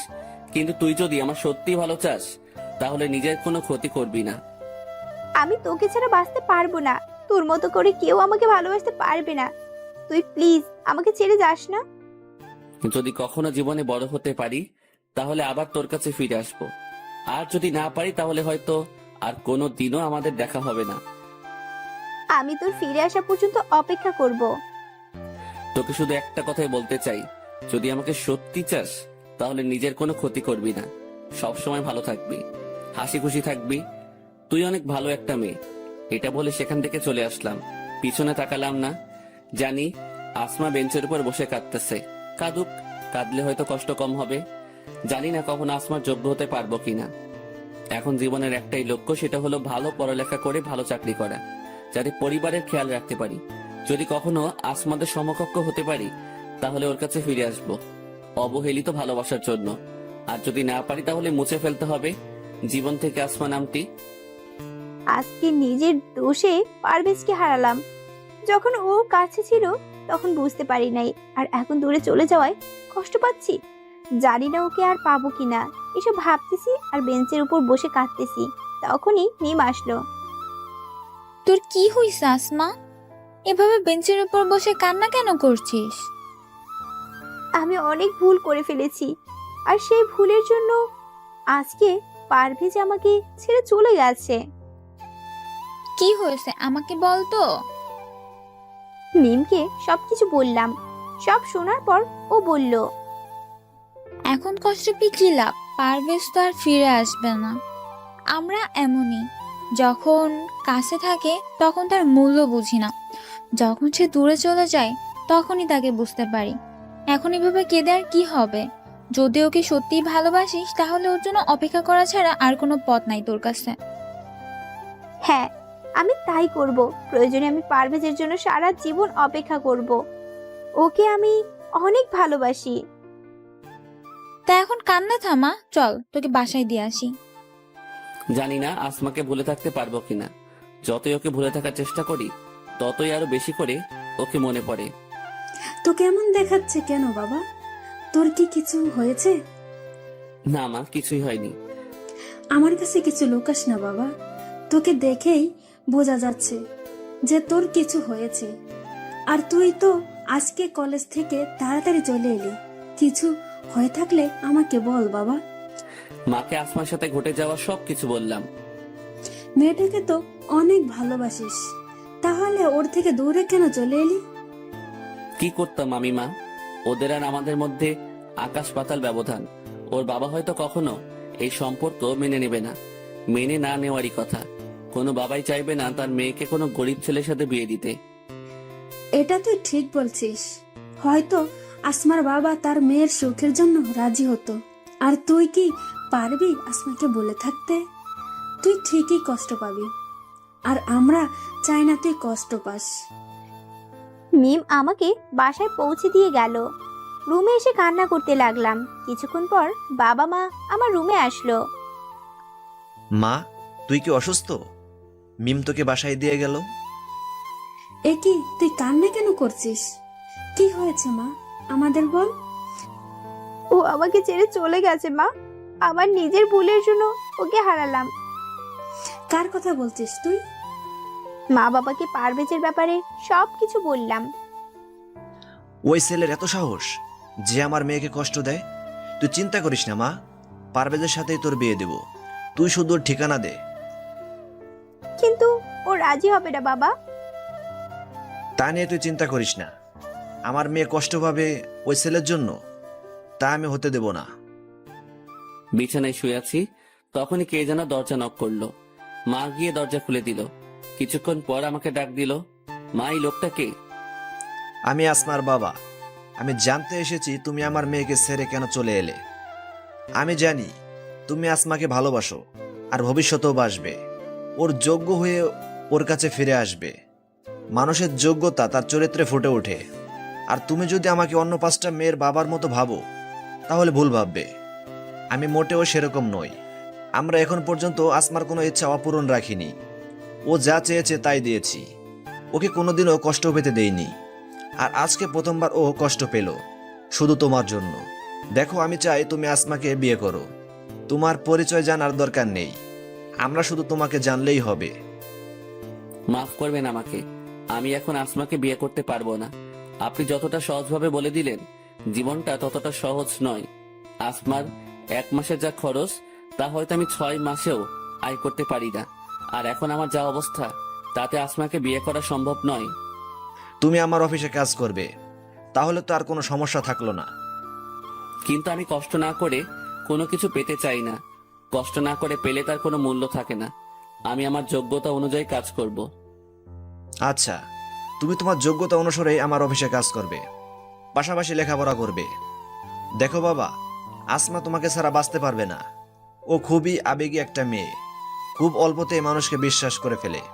ওকে কোনোদিনও এভাবে কাঁদতে দেখিনি, আজকে প্রথমবার দেখলাম। দয়া করে তুমি আপনি আসমাকে আমার সাথে বিয়ের কথা বলবেন না। এটা ওর জন্য সারপ্রাইজ। আচ্ছা ঠিক আছে, তবে আমি চাই তুমি সকালে তোমার দেওয়া বাড়িতে ওঠো। প্লিজ কিছু মনে করো না। আমি এটা দেব না, অফিস থেকে তোমাকে দেওয়া হবে। তার বিনিময়ে মাসিক বেতন থেকে টাকা কেটে রাখা হবে, তোমার বেতন থেকে। তোমরা সেই বাড়িতে উঠবা, সেখানেই বিয়ের কার্যক্রম হবে। আচ্ছা ঠিক আছে। তাহলে আমি এখন চলি, কালকেই তোমাদের বিয়ে হবে। বাবা, পারভেজ কি বললো? ও রাজি হয়নি মা। আমি জেদ করে তোর বিয়ে অন্য এক জায়গায় ঠিক করে ফেলেছি। এটা কি হয়ে গেল? তুই যদি এই বিয়ে না করিস তাহলে আমার মরা মুখ দেখবি। কথাটা আমি বলে গেলাম, মনে রাখিস। এটা কি হয়ে গেল? আমি পারভেজকে ছাড়া অন্য কাউকে কি করে বিয়ে করব? ও তো আমাকে বলেছিল যে আমার কাছে ফিরে আসবে, কিন্তু এই বিয়ে না করলে বাবা আত্মহত্যা করবে, আর আমি তা কিছুতেই হতে দিব না। প্রয়োজনে বাবার জন্য নিজের ভালোবাসা বিসর্জন দেব। আজকে আমার বিয়ে, কিন্তু আমার তাতে কোনো খেয়াল নেই। আমি শুধু পারভেজের কথা ভেবেই চলেছি। কার সাথে আমার বিয়ে হচ্ছে তা জানারও ইচ্ছে নেই। কবুল বলার সময় বারবার চোখের সামনে পারভেজের মুখটা ভেসে উঠল। তখনই বাবার কথা মনে পড়ে গেল। তারপর কবুল বলে দিলাম। বাসর ঘরে বসে আছি। শুনেছি এই দিনটা নাকি মেয়েদের জীবনের শ্রেষ্ঠ রাত, কিন্তু আমার কাছে আজাবের মতন মনে হচ্ছে। কিছুক্ষণ পর কেউ একজন বাসর ঘরে প্রবেশ করলো, তারপর বলল, শুনেছি বাসর ঘরে স্বামী আসলে তাকে সালাম দিতে হয়, কিন্তু আপনি তা জানেন না মনে হচ্ছে। দেখুন, আপনাকে আমি স্বামী হিসেবে মানতে পারবো না। আমি অন্য একজনকে ভালোবাসি, বাবার জন্য বিয়েটা করেছি। আপনি বললেই তো আর হবে না। আপনি আমার বউ, আপনার উপর আমার অধিকার আছে, আর আমি আমার অধিকার আদায় করেই ছাড়বো। দেখুন, ভালো হবে না কিন্তু। যখনই সামনে তাকালাম আমি অবাক পারভেজকে দেখে। তুমি আমাকে অনেক কষ্ট দিয়েছো, তাই তোমাকে তার শাস্তি দিলাম। তুমি জানো আমি কতটা কষ্ট পেয়েছি? আর কখনো কষ্ট দিব না। তোমাকে অনেক ভালোবাসবো। আমি খুবই দুঃখিত তোমাকে অপমান করার জন্য। দয়া করে আমাকে মাফ করে দাও। এসব কথা এখন বাদ দাও। রাজ্যে ফুরিয়ে যাচ্ছে, বাসর করবো কখন? আজকে কোনো বাসর হবে না।